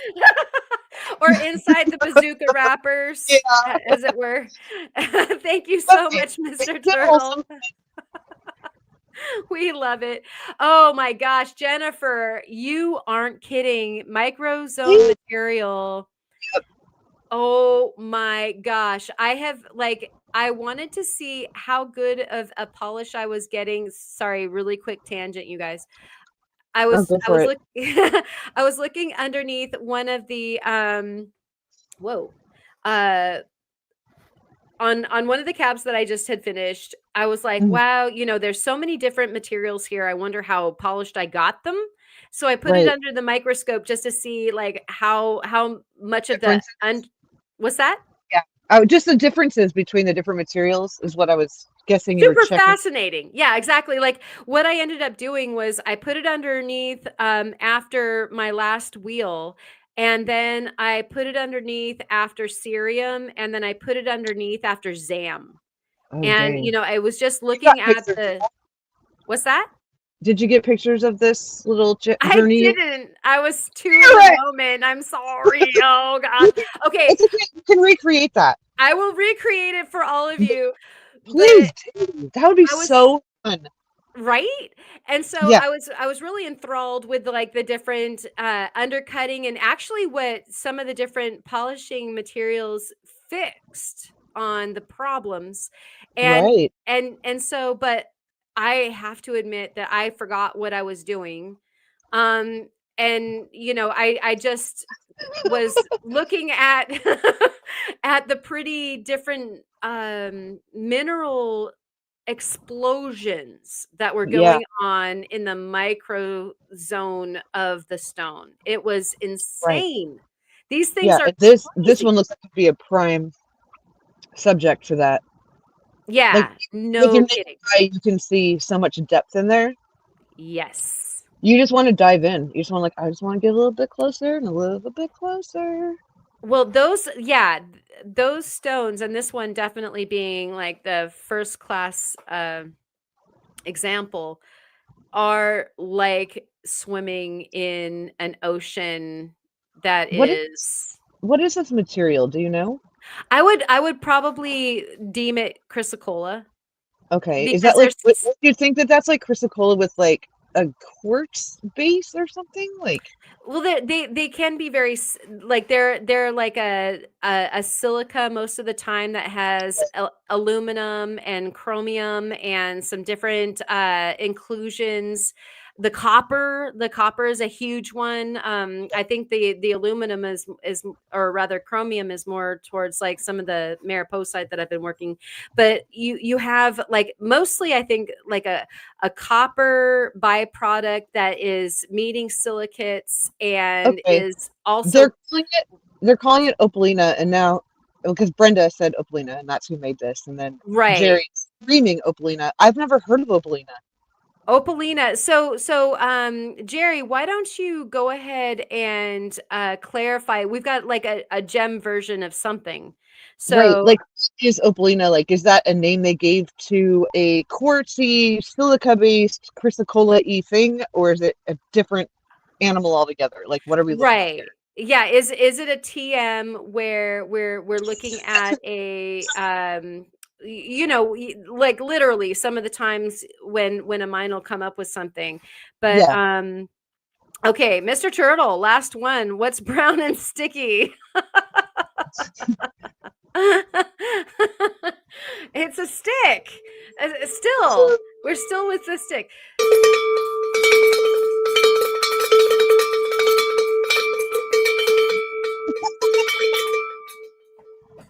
Thank you, Mr. Turtle. And so Wisconsin Rockstalker Jerry, no jazz Jerry says that it's different. Yeah. And so I mean I would totally believe it when you've got water in there in the silicates and it's an opaloid and it's the right Is it an softness, opal? it's an opal.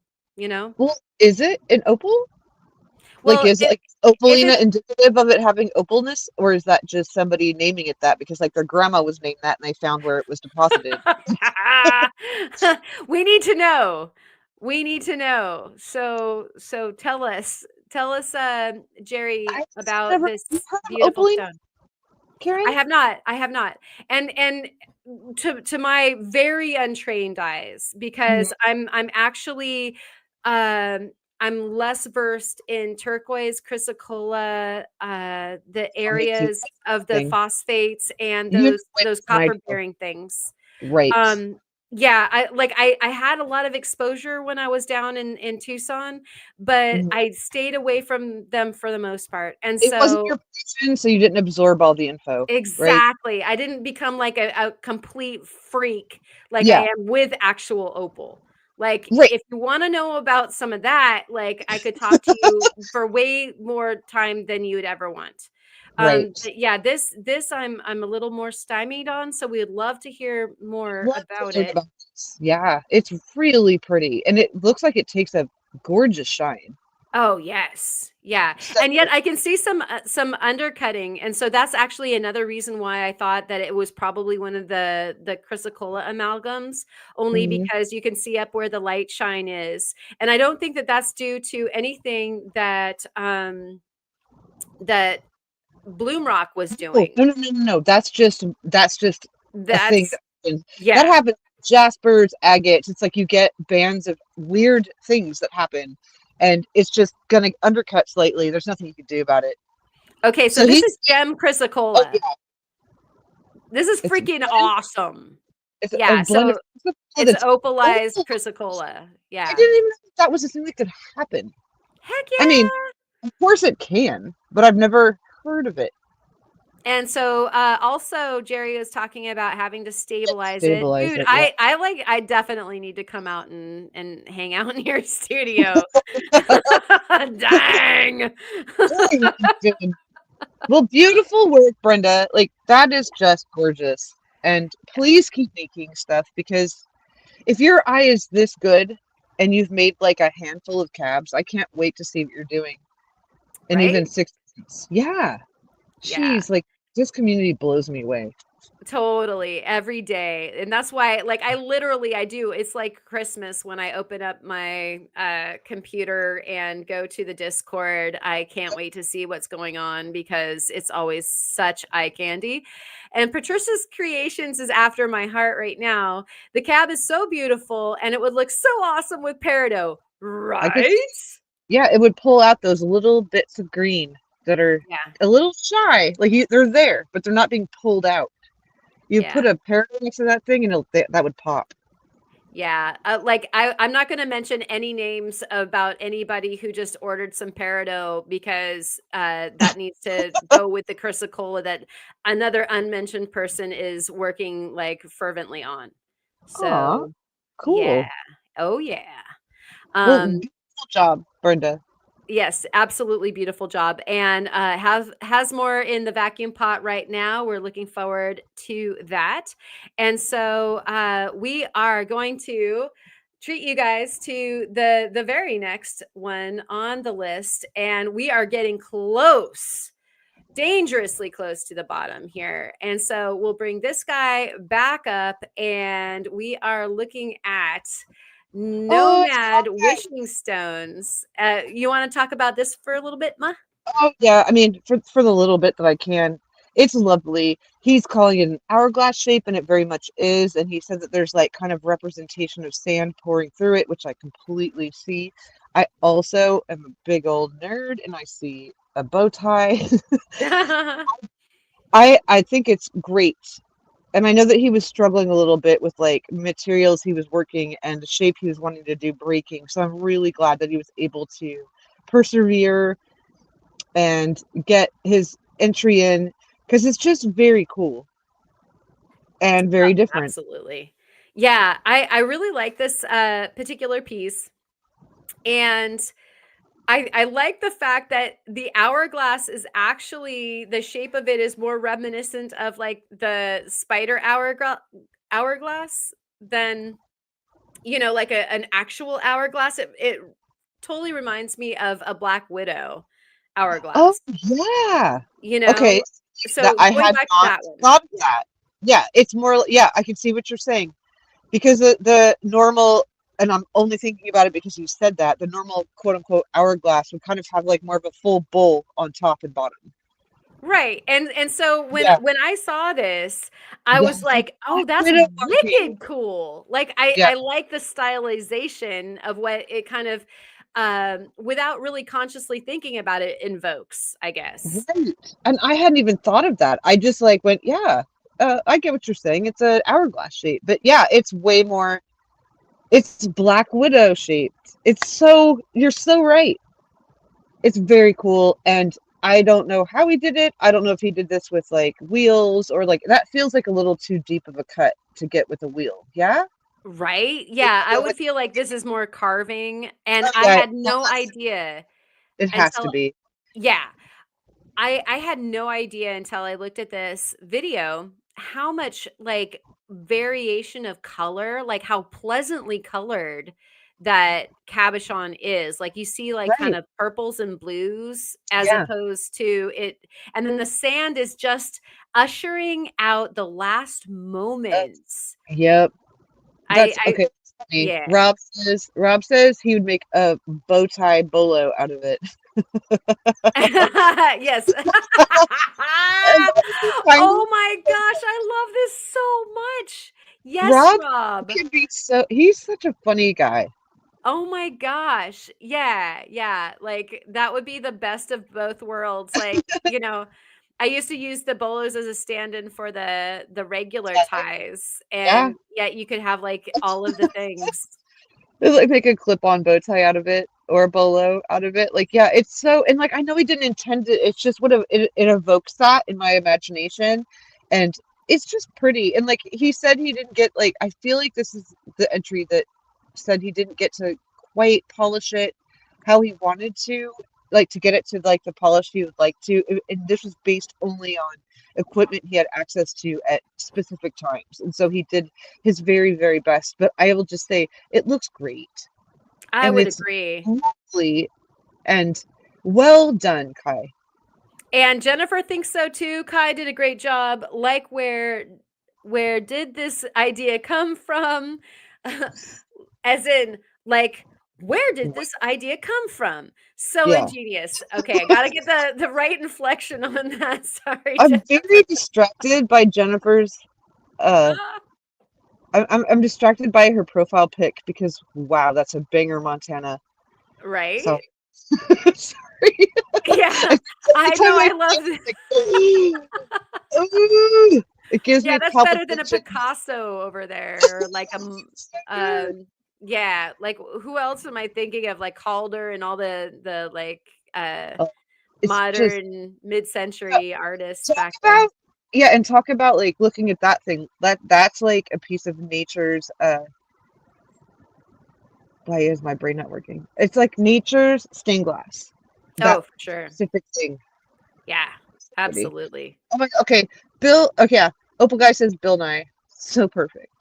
There's that as well. Wanted to show the OG. Oh yeah. So that's where Well he got done, that from. guy. Like I would love to like he may have said what he did, but then I apologize if I just like got because like this will happen a lot. I'm like, oh, you're saying things. I'm just looking at the pictures because wow, you know. I'm wondering how he did it. Rotary? Is that what you think? I'm Probably thinking here. rotary. Yeah.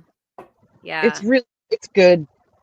We'll hopefully get some feedback from Kai on this one. I would love to hear more about it for sure.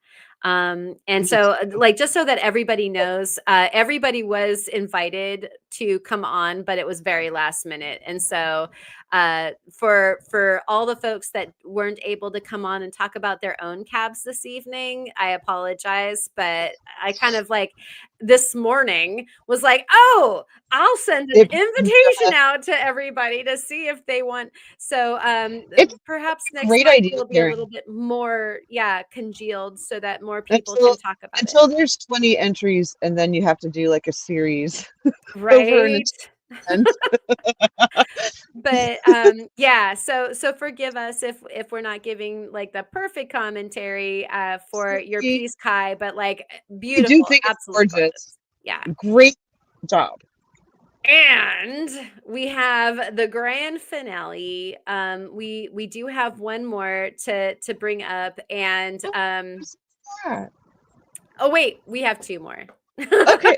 Yeah, there's another one. Because we have an honorable honorable mention. Yeah.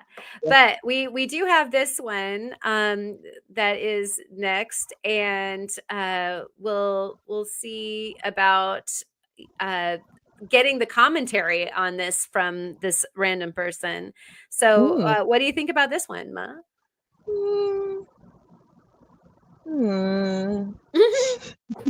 All right, so this is Ma's incredible entry. If she's not going to say it, I'm going to. This is absolutely insane, and it was pretty exciting, I have to admit, going through some of the trials and tribulation that you were going through while you were working on this. So it's some excruciating for others named yeah. So explain what we're looking at, and then we can kind of talk about a little bit of its making. Okay, so they're in the middle of this whole thing is a little intarsia piece made with basalt and quartz and Spencer opal. So I went and I don't like there's very few of you well there's some of you that have worked with Spencer opal lately, especially. We all got excited about them for a bit, and everybody bought a box or went to the mine and got some material they brought home themselves. And it's a really incredible, strange material that appears in perfect water lines, right? So you have to grind down perfectly to that line, and then you get there and you go thinner and thinner and thinner, and then you put your backing on, and then you slap a quartz situation on top of it. Oh shoot, it's not this. Okay, keep going. Sorry. That? I was trying to find your the one of the rough. I'm gonna get that in a Oh moment. yeah, unfortunately I always forget to add my rough, and so I have to supplement it every time. Right. Yeah. I'm on supplement, guys. So hold on just Right, a so second. there's a We'll supplement get this so because that you guys actually can know what she's this will talking help about you. because this is good. Yeah. Because This if is you good. can see where I drew little arrows, that's where I was like, there's opal here, there's opal here, there's opal here. And See those they tiny are so arrows? little, you can't even see there's opal there. So what you have to do is you have to cut right above that line. And luckily it will at least tell you like where the table is. Like it's all flat. Everything is going like, because it's waterline deposits are there and straight flat because there's absolutely no pressure in the chamber when that's happening. It's collecting at the bottom of that chamber and solidifying and doing its little opal thing or agate thing. That's when you get waterline bands. And that's how this opal in this place, for the most part, is deposited. And so if you can find an edge piece where you see a little flash on the side, if you cut the top of that rock off and grind down to that line, you're going to have that whole area of opal. Yep. That's So, chasing the color bar, as they and call it. in a big way. And like, it's fun and frustrating. It's so frustrating when you go in at the wrong angle and you accidentally grind halfway through of it. Like it can be its own little nightmare or whatever. But I made a little triangle from a little spot that I ground down to in a rock, and I started kind of trying to build it up. And I was like, oh, I'll put black around it. It'll really make it pop. And so that's how I had the little triangle. And honestly, like I was working on a totally different project in my mind where I was going to make a box that was a cabochon, like where it had a removable lid and everything. And then I was going to make a cabochon that fit inside that cabochon. And then I got to take a break from it. I started working on the opal, and I then made this little triangle, and I just put it down inside the bigger other project I was working on to see, oh, that might look cute together. And I was like smitten. I'm like, okay. Jerry asked, how did I come up with this idea? I had two separate ideas and I mashed them together. So what you're looking at, and you can't really tell from this picture, is there's a box I've created. I put the little intarsia piece inside it, and then I capped it with a quartz cap. And you'll see it in here in this little video because you're just like, oh, okay, whatever. And then it moves. How cool is that? That it's actually a fiddle stone. Yeah, Like it's a you little get to fiddly play with fun. your little cabochon box. How Yeah. much fun. Yeah, and it did not turn out how I saw it in my brain. It took on its own little life. I've struggled, like, I'm not gonna lie. Like, I started, like, once I saw Theo's idea, and I had to change my idea because I saw his idea, I was like, okay, moving on and forward. I'm gonna do the thing where I make a box, and there's a cab that goes in the box, and I'm gonna do that idea. And I have been working on this all month. I've struggled because, like, the thing that you don't think about is when you're doing something like this, you have to polish the inside of every surface, and they're flat surfaces, so they're difficult to polish. I then was coming up with issues of I'm having to glue little tiny walls on a tiny little platform and then have it all hold up through the cabbing process. And it would be good, and then it wouldn't, and it would fail. And like I struggle bust my little heart through this last month, thinking like, and I got up to the last 3 days of the month, like, oh, there's 3 days left. I've got this. And struggled some more. And it just kept being a nightmare. And I've never tried harder at something. I don't think. Like I put the last 3 days, I stayed up till 3 a.m. every night working. This particular piece right here, I had restarted at 6 p.m. on the day that the deadline was. And I finally reached out to Jahak and said, like, hey, I know you said it's possible to maybe give a little bit of an extension because I thought I'd figured it out and I hadn't. Like, I was having to deal with what glue works best because the glues I've used in the past for doing triplets or intarsia, it's a completely different animal than to building a structure and having that structure hold up. So, yeah, it was nuts. And I'll tell you guys the heartbreak of when I finally did finish this at about 6 a.m. I took these pictures, I took the video, I went to take a break, I had put it down on my table, and my freaking cat jumped up on my table, knocked it down, and broke it. Within No about, way. within No about, way. I can't be sure on times because I was so delirious, but it feels like it was within 5 minutes of it being captured on film. That's not okay. Well, at that point, it's just like, okay, do I rage quit life? Or do I just go, well, thank God I got pictures already? Because now I can go Right. to... It was a real struggle, and like there's so many things that came into, like, if you're making a little box or whatever, right? Like, you have to polish the inside of everything. Well, then also, how do you I couldn't just make this and then polish the whole thing. Like, you can't stick the little opal or the little, intarsia piece in there and put the lid on it and glue that together and then form the whole thing. Water gets in. It's just gonna get in. So you're having to, as closely as you can, make a top piece and a bottom piece that will seamlessly go together at the end. And so I learned a ton. Like, for an example, like, my cat broke it, and I'm not mad at my cat because I hated how thick the dome was on it, and it gave me the perfect opportunity to, like, thin it down. And I'm literally in the middle of reworking it and remaking it because I love the idea and the concept, and the distortion of having such a high dome wasn't what I had in mind to begin with. And so it's kind of like I would have never taken it apart. It was perfect, but it got wrecked. So I had to take it apart. And then it was like, okay, now make it exactly how you want it. You know? Yeah. Well, yeah. So that's actually kind of a pro to the whole thing. Although that Opal guy is saying cat-proof box, like maybe that should be one of the challenges. Right.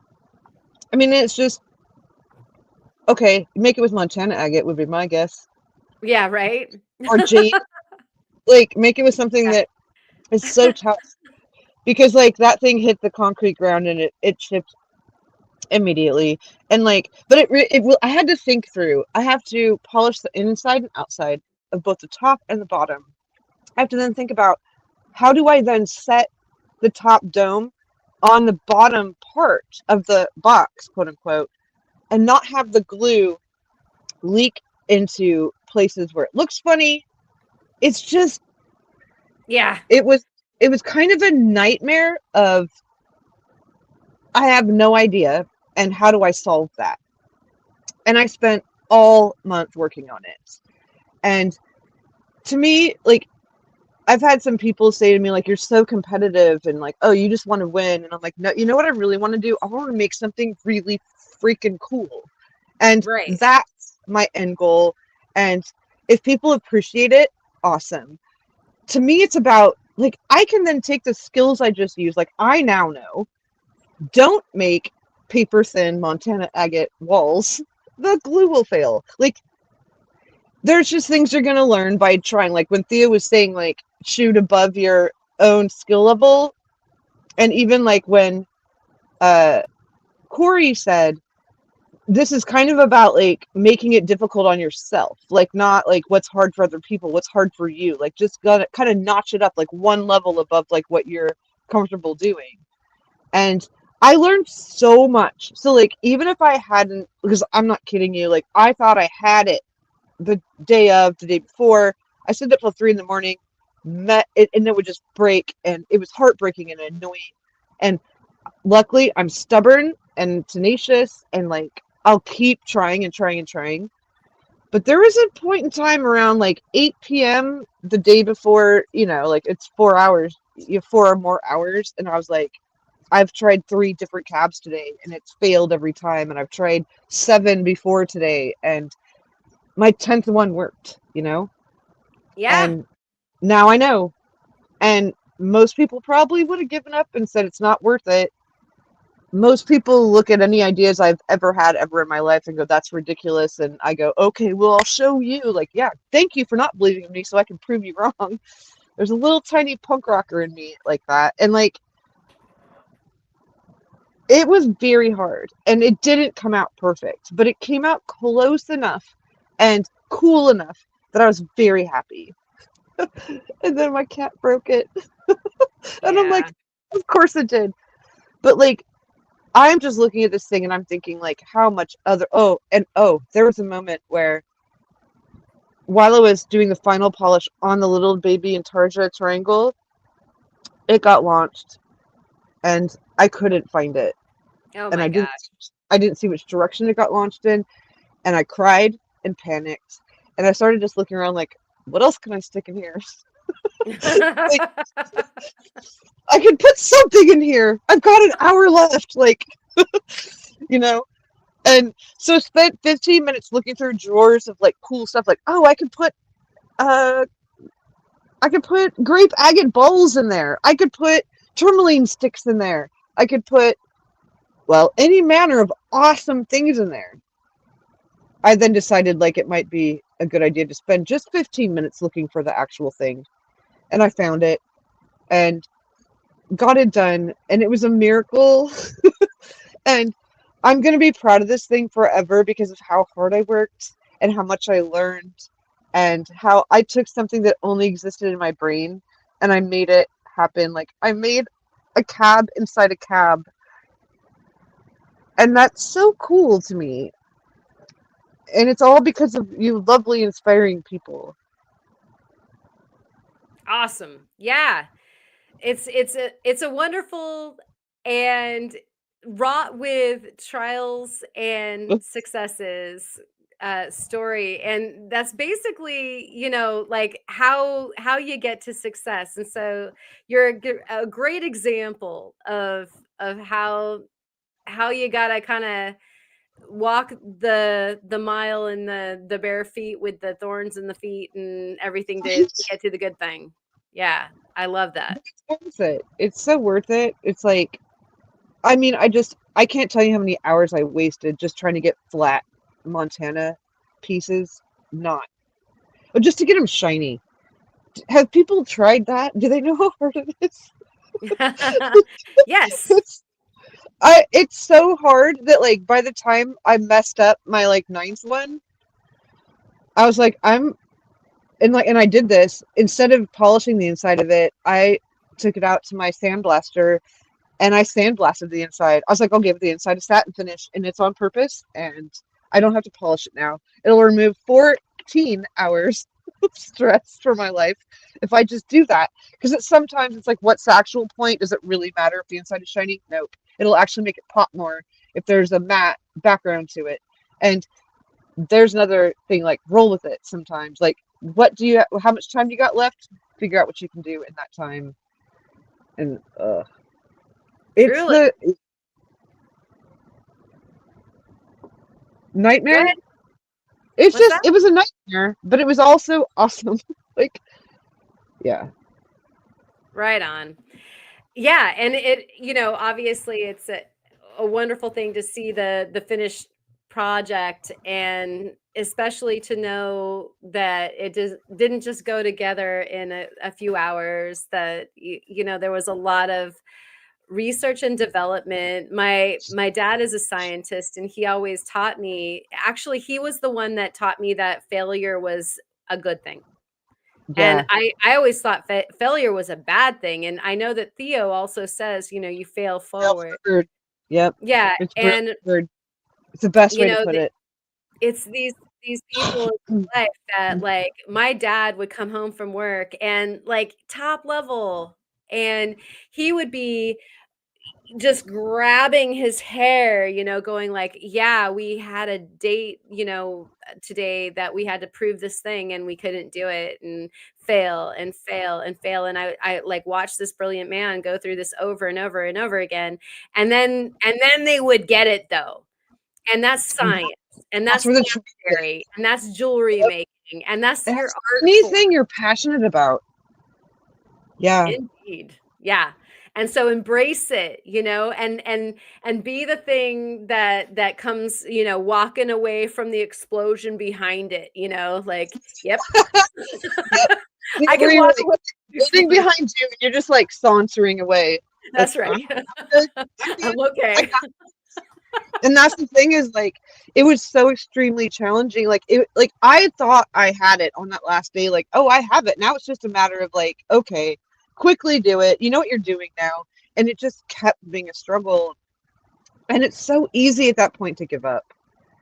Yeah. And I would just say, don't. And I will continuously thank Jahik for me saying, like, I know you said you'd give some people more time early on. Like, is that still a thing we're going to do for people? And he's like, yeah, have it by the time I wake up, like, it's really, what's the difference?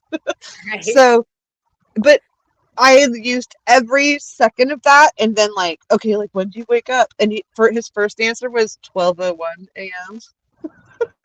Which would have given right. No time. 1 second longer. But I even had to kind of beg him in the morning, like, I'm done, but I have to take pictures, please. And so just bless all your hearts for just being like, we want to see what you did. It doesn't matter if you, like, this wasn't for a lack of me trying. I wasn't like sitting around being like, oh, I got this. I'll get to it. I worked on it all month, and I learned something, a new skill that I can go forward with. I'm just thinking like, ooh, I can put delicate little specimens of beautiful stuff inside a Montana agate box that will protect it from everything. Like, I will build a bezel around it made out of stone. Like, it's just, there's the opportunities. I don't know. There's just, I'm so excited about all the different directions I can take this with now.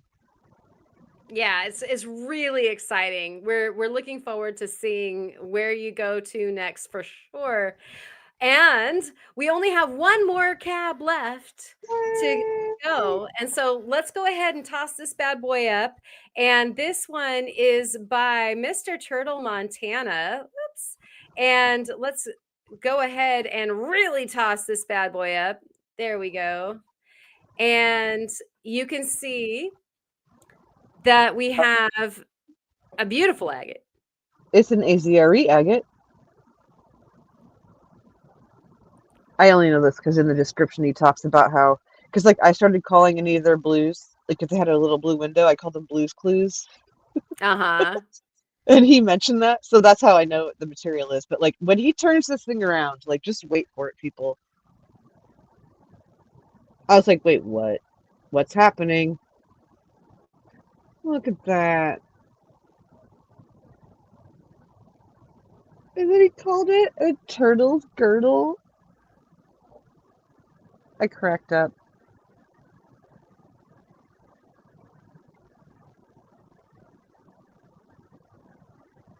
It's lovely and weird and cool. And to me, it looks like it wants to be fitted into a little box where like that little heart that's on the bottom like slips into the inside of the box. That's just what I see. Nice. And so, whoops. I don't know why that's not working out. There we go. Is there a way to play it with where you can hear his voice? Because his description is kind of funny and makes all of it make sense. Well, what's interesting about that is I can hear it, but apparently you can't. Nobody else can. I thought we could. And so we're actually looking at one of the shots here. And that's the Blues Clues material.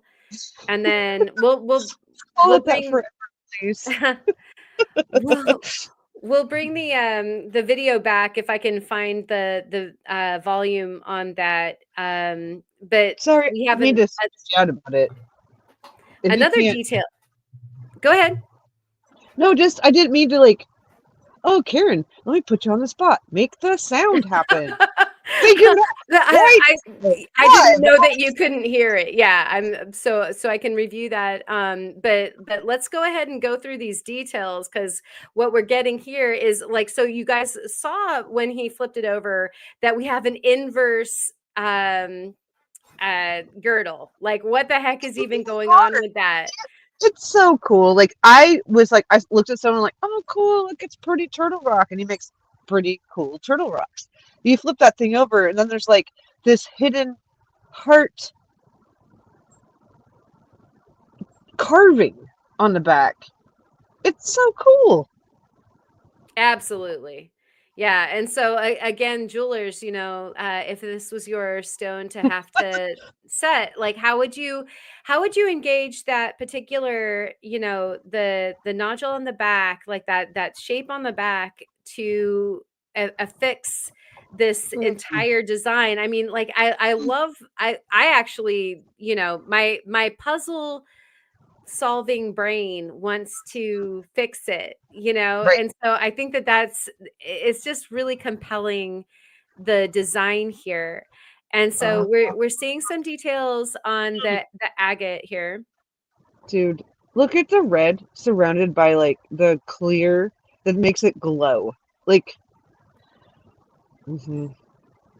this reminds me, like, just even this little snapshot right here of when Ken sent you, or maybe he was doing it. He was doing it, where it was some sort of material where like there was like this gel looking outline around everything. It's got that same thing going on. Yeah, it's a really beautiful stone, a very nice selection as far as what you decided to do the lapidary on, for sure. And so what's that? Turtle has a good eye. Oh, for sure. Yeah. I'm going to see if I can fix the video so that we can hear it this time. I'm not entirely sure why. Like, this has happened before with some media that was shared by other folks. So let's go back to this and we'll put it up. And nope, that's not it. It's not even doing anything that I'm asking it to. Oh. So why is it? Okay. And so the volume is totally up. And can you hear that? Nope. Ma? No, I can't. I wonder why. Yeah, it's like, for some reason, for this particular file, it just doesn't seem to want to do it. And so I apologize for that, you guys. I just like if there's a point where with that little video where he flips it over and then he says, and here's the girdle, and he's like, it's a turtle girdle, and I just cracked up. Yeah, I totally thought that was happening, the first time that we played the video. That's why I started with the video, because like it's absolutely fabulous that it's a turtle girdle, folks. Yeah. TM on that. It was super funny. And like, I mean, I guess what you're doing here is building mystique so that people have to go join the Discord and check it out themselves. Right. There you go. There's the teaser. Discord invite. Thank you for finding the silver lining on that one, Ma. And Eric the Cat, thank you so much for joining us for the evening. I appreciate that. And all y'all for hanging on. Those are our submissions for this period, this beautiful June of cab making season that it is. And so if you're part of our Discord, and if you're watching, you can be part of the Discord, then you should go on over after we're done with this particular live stream and go back through the pictures and the videos if you need to, and vote for your top 3 favorites. We get to find out who the winner is. And when we get a winner, we get to find out what the subject for the July contest is, because the winner gets to choose. So fun. And I'm so, still yeah, so sad for Corey. I'm just yeah. sad for him. Yeah, hopefully Corey will be able to participate in this next month, and we thank Corey for doing such a phenomenal job on the last cab contest and winning, that he was the one that got to come up with this fantastic subject for us all to wrap our brains and our eyeballs around. And so we really appreciate you, Corey, for coming up with that, and we're appreciating Jahik, Caleb, Freeform Lapidary for coming up with the whole contest to begin with. And so you guys know what you got to do. Rolling on over to the Discord when this is over to do some voting. But we have another subject that we absolutely have to take care of this evening, Ma. Yeah. And what is it? What are we doing?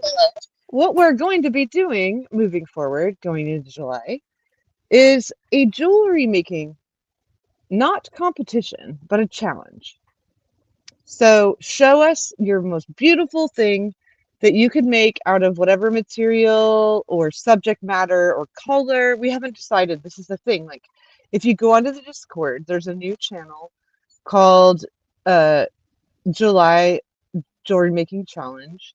And there's a poll in there where you can decide, are we going to make a challenge based on material, type of jewelry?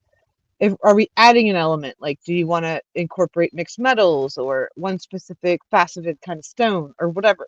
But we're going to pick what we all want our first challenge to be. And then July 1st, we're going to announce what that challenge will be. And then everybody can go forth and create. And I can't wait. I can't wait to see what people come up with. So what we were kind of thinking as far as this challenge goes is we've got something for the rock people, and some of the rock people just do the rock things like the lapidary or the finding part of it. And even if your finding is collecting, so you find it online to collect and that sort of thing, and you've got the specimens and stuff like that, this is awesome. We also have another wing of the community where we might find, we might collect, we might do the lapidary, and then we also like to finish some of the pieces into jewelry pieces.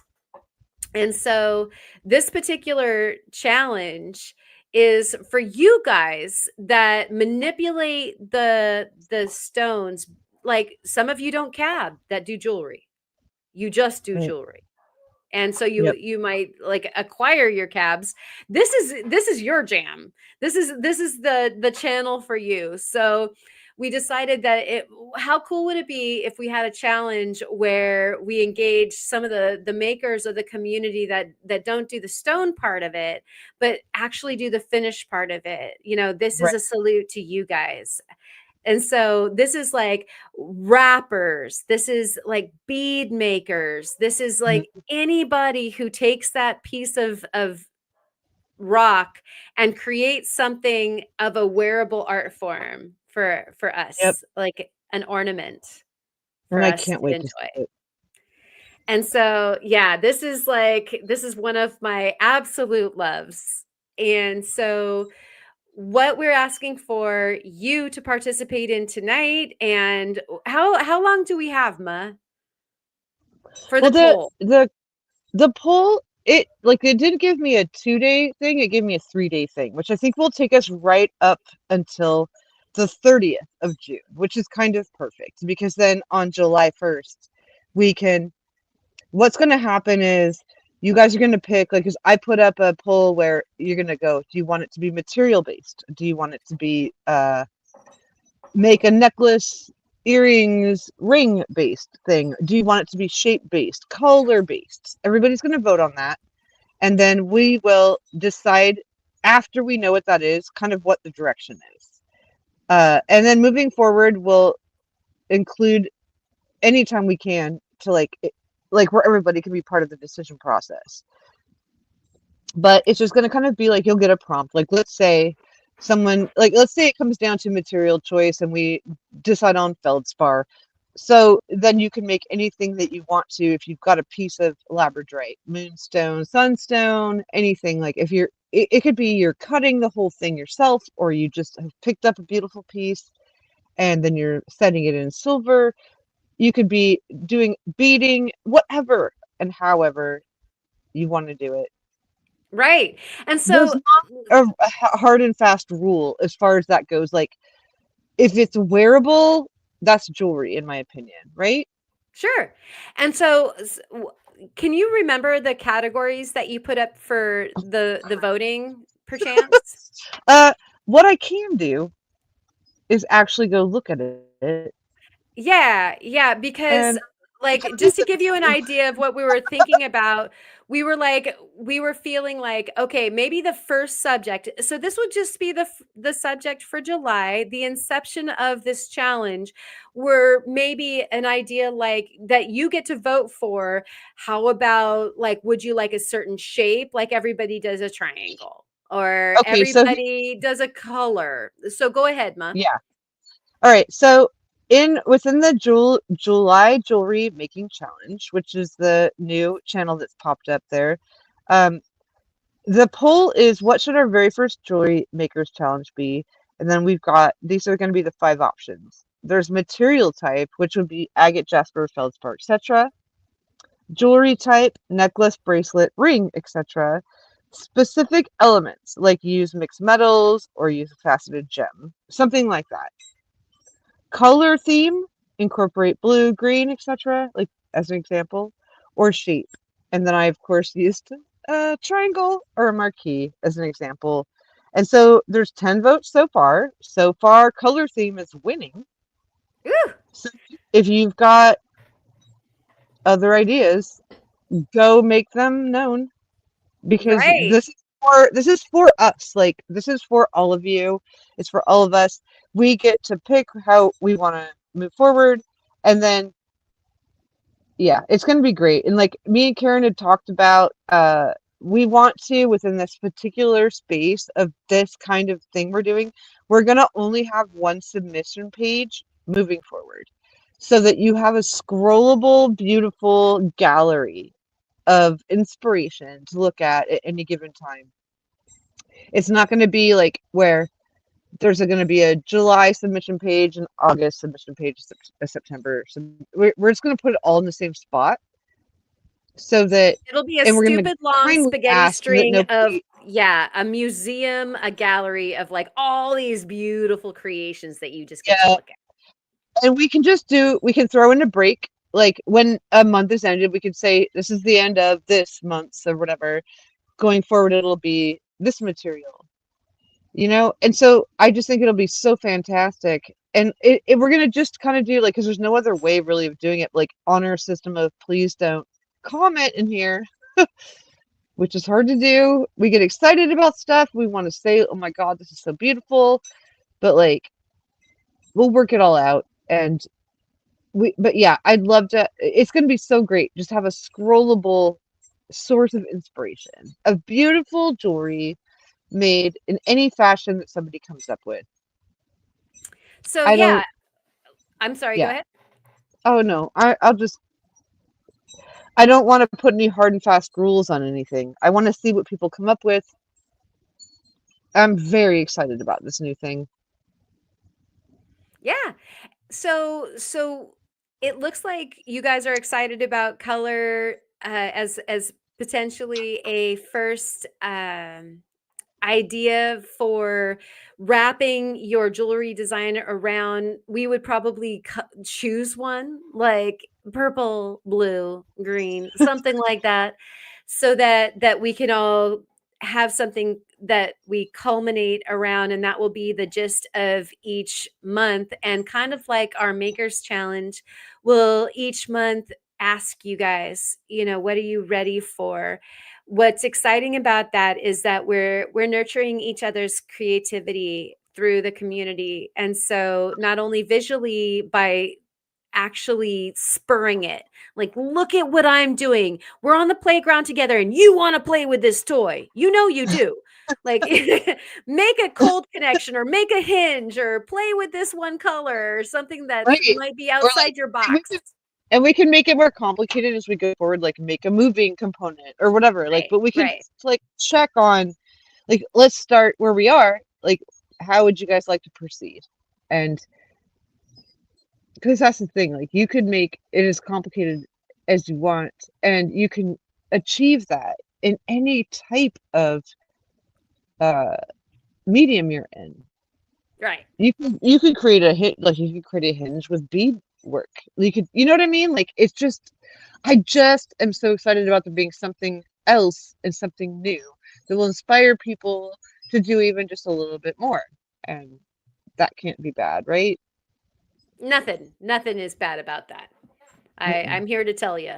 And so that's what we are incepting over on the Discord. Once again, if you're not on the Discord, you are invited. If you're watching, it's about the rock community and what we do with rocks. This particular challenge is about what we do with the rocks. You don't have to make the rocks. You don't even have to find the rocks. If it is the rocks that you enjoy playing with, though, especially in your jewelry work, then this is for you. But So good. yeah, the Discord is for everybody. Hopefully we can get maybe one more link up to the Discord. There's 2 things now for you guys to play with over there on the Discord, amongst all the challenging, regular channels that you can always post to. But go vote for your favorite cab for the June cab contest, which was amazing, as we just saw. I haven't voted yet. I haven't figured it out yet. I'm like, oh, it's all so good. Right. And then number Yeah. 2 is go and vote for how you would like to see the jewelry challenge unfurl for your first month. Now, you don't have to be a jewelry maker to, one, vote for what you'd like to see, because this is for everybody. 2, you can also enter and not be a jewelry maker. This might, extend yourself a little out of the box as well. And I would love to see that too. And so go indulge in those things. And then of course, come for the voting and then stay for the rest of the channels and hang out and post your show and tells and your randomness and your fur babies and all the other things that you've got going on, your silversmithing, lapidary, et cetera, and so forth. We love our Discord over there. And so thank you, Allison, for posting up that link. Thank all of the guests that came on this evening. Ryan and Jerry, not Jazz Jerry, who came on. Melissa, thank you for coming on. And then of course, Theo for coming on and having such a fun time with his phone that we hope that you maybe get another one or something. Yeah. I don't know. Okay. But get us together, Theo. So do you have any parting words for all the creators and rock lovers out there, Ma? I do. Don't be afraid to try the weirdest thing. Like, please try. If you have an idea and it's weird, try it. I just think that nothing's gonna, like, all you're gonna do is learn. You could learn it's a bad idea and not worry about it anymore. Or you could learn it's the most awesome thing that you've ever thought up in your life and you can run with that. Like, just don't be afraid to experiment. That's always going to be my my go-to, is just don't be afraid. Try it. Just try it. Absolutely. That is such true words of wisdom. Thank you so much, Ma. And you provide all the inspiration and perspiration for everybody to watch and look at as well. We appreciate you so much in the community. Thank you, Jennifer Ship and Lesby Rockin and Ryan, for being on earlier as well. Thanks, Mr. Rob Thomas and Mr. Turtle Montana and Allison for brandishing that wonderful wrench of yours, and Refrotress Rooted Rockhound, Theo for coming on. We love you, dude. And like I said, maybe, I don't know, new phone, or maybe just hit it against the wall a few times. Who knows? He's got some ideas. You also check your DMs when you get off of here. You'll have to check them. Yeah. And then thanks, Mom, for being here, and everybody, Mr. Chubby Hubby, and all the folks, everybody who submitted your beautiful cabochons. We really, really appreciate you for being part of the leading edge of the creators on the Discord. You guys rock so much. Lava Bison and Jahik and all y'all. Scott Argyle, thank you for being here as well. And I did say Mr. Chubby Hubby, didn't I? I was thinking it. But all right, we are going to send you guys off with the credits. It's going to be Kate Blanco one more time, and hopefully you guys this last week, just like Ma, hit me like a wave on the head. I've been sick and all kinds of weirdness, and so I'm going to send you off with the Kate Blanco credits, and then hopefully next time we see you, we'll be hitting another beautiful credits with a bunch of new nomikers for you guys. Go over there and into the Discord and earn yourself something crazy like the crazy box cab cutter or something like that. And thank you, Resort Dog. We will see you on the next time. Cheers and good night. Karen. Oh, cheers to you, Ma, as always. Right back at you, Karen. Later, Steinkerns. Alive, everybody. Oh, that's not it. Hold on. Wait. There we go. Okay, later, Ma. I'll see you over on the Discord.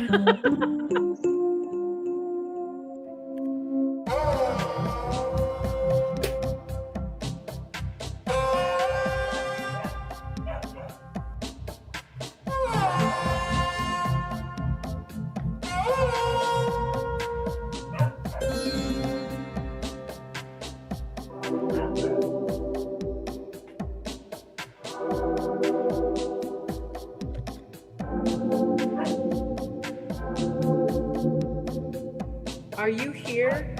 Am I here?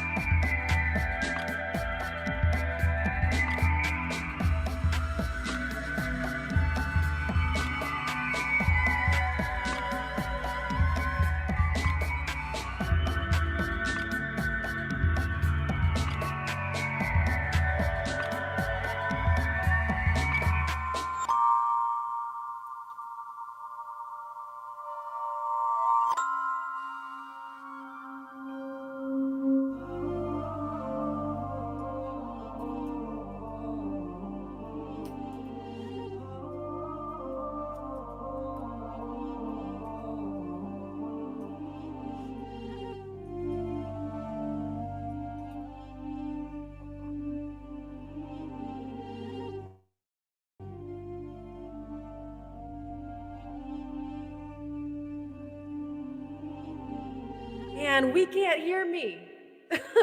Let's start over again.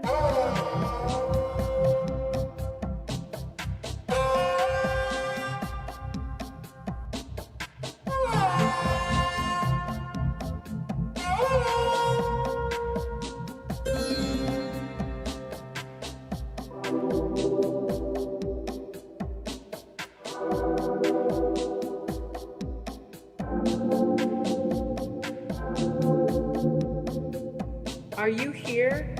Am I here?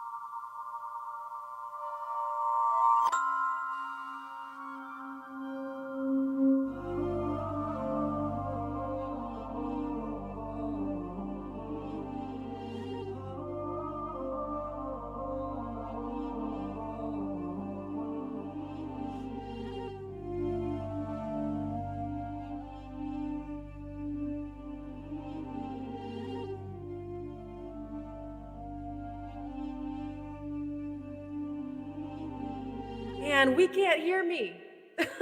Let's start over again.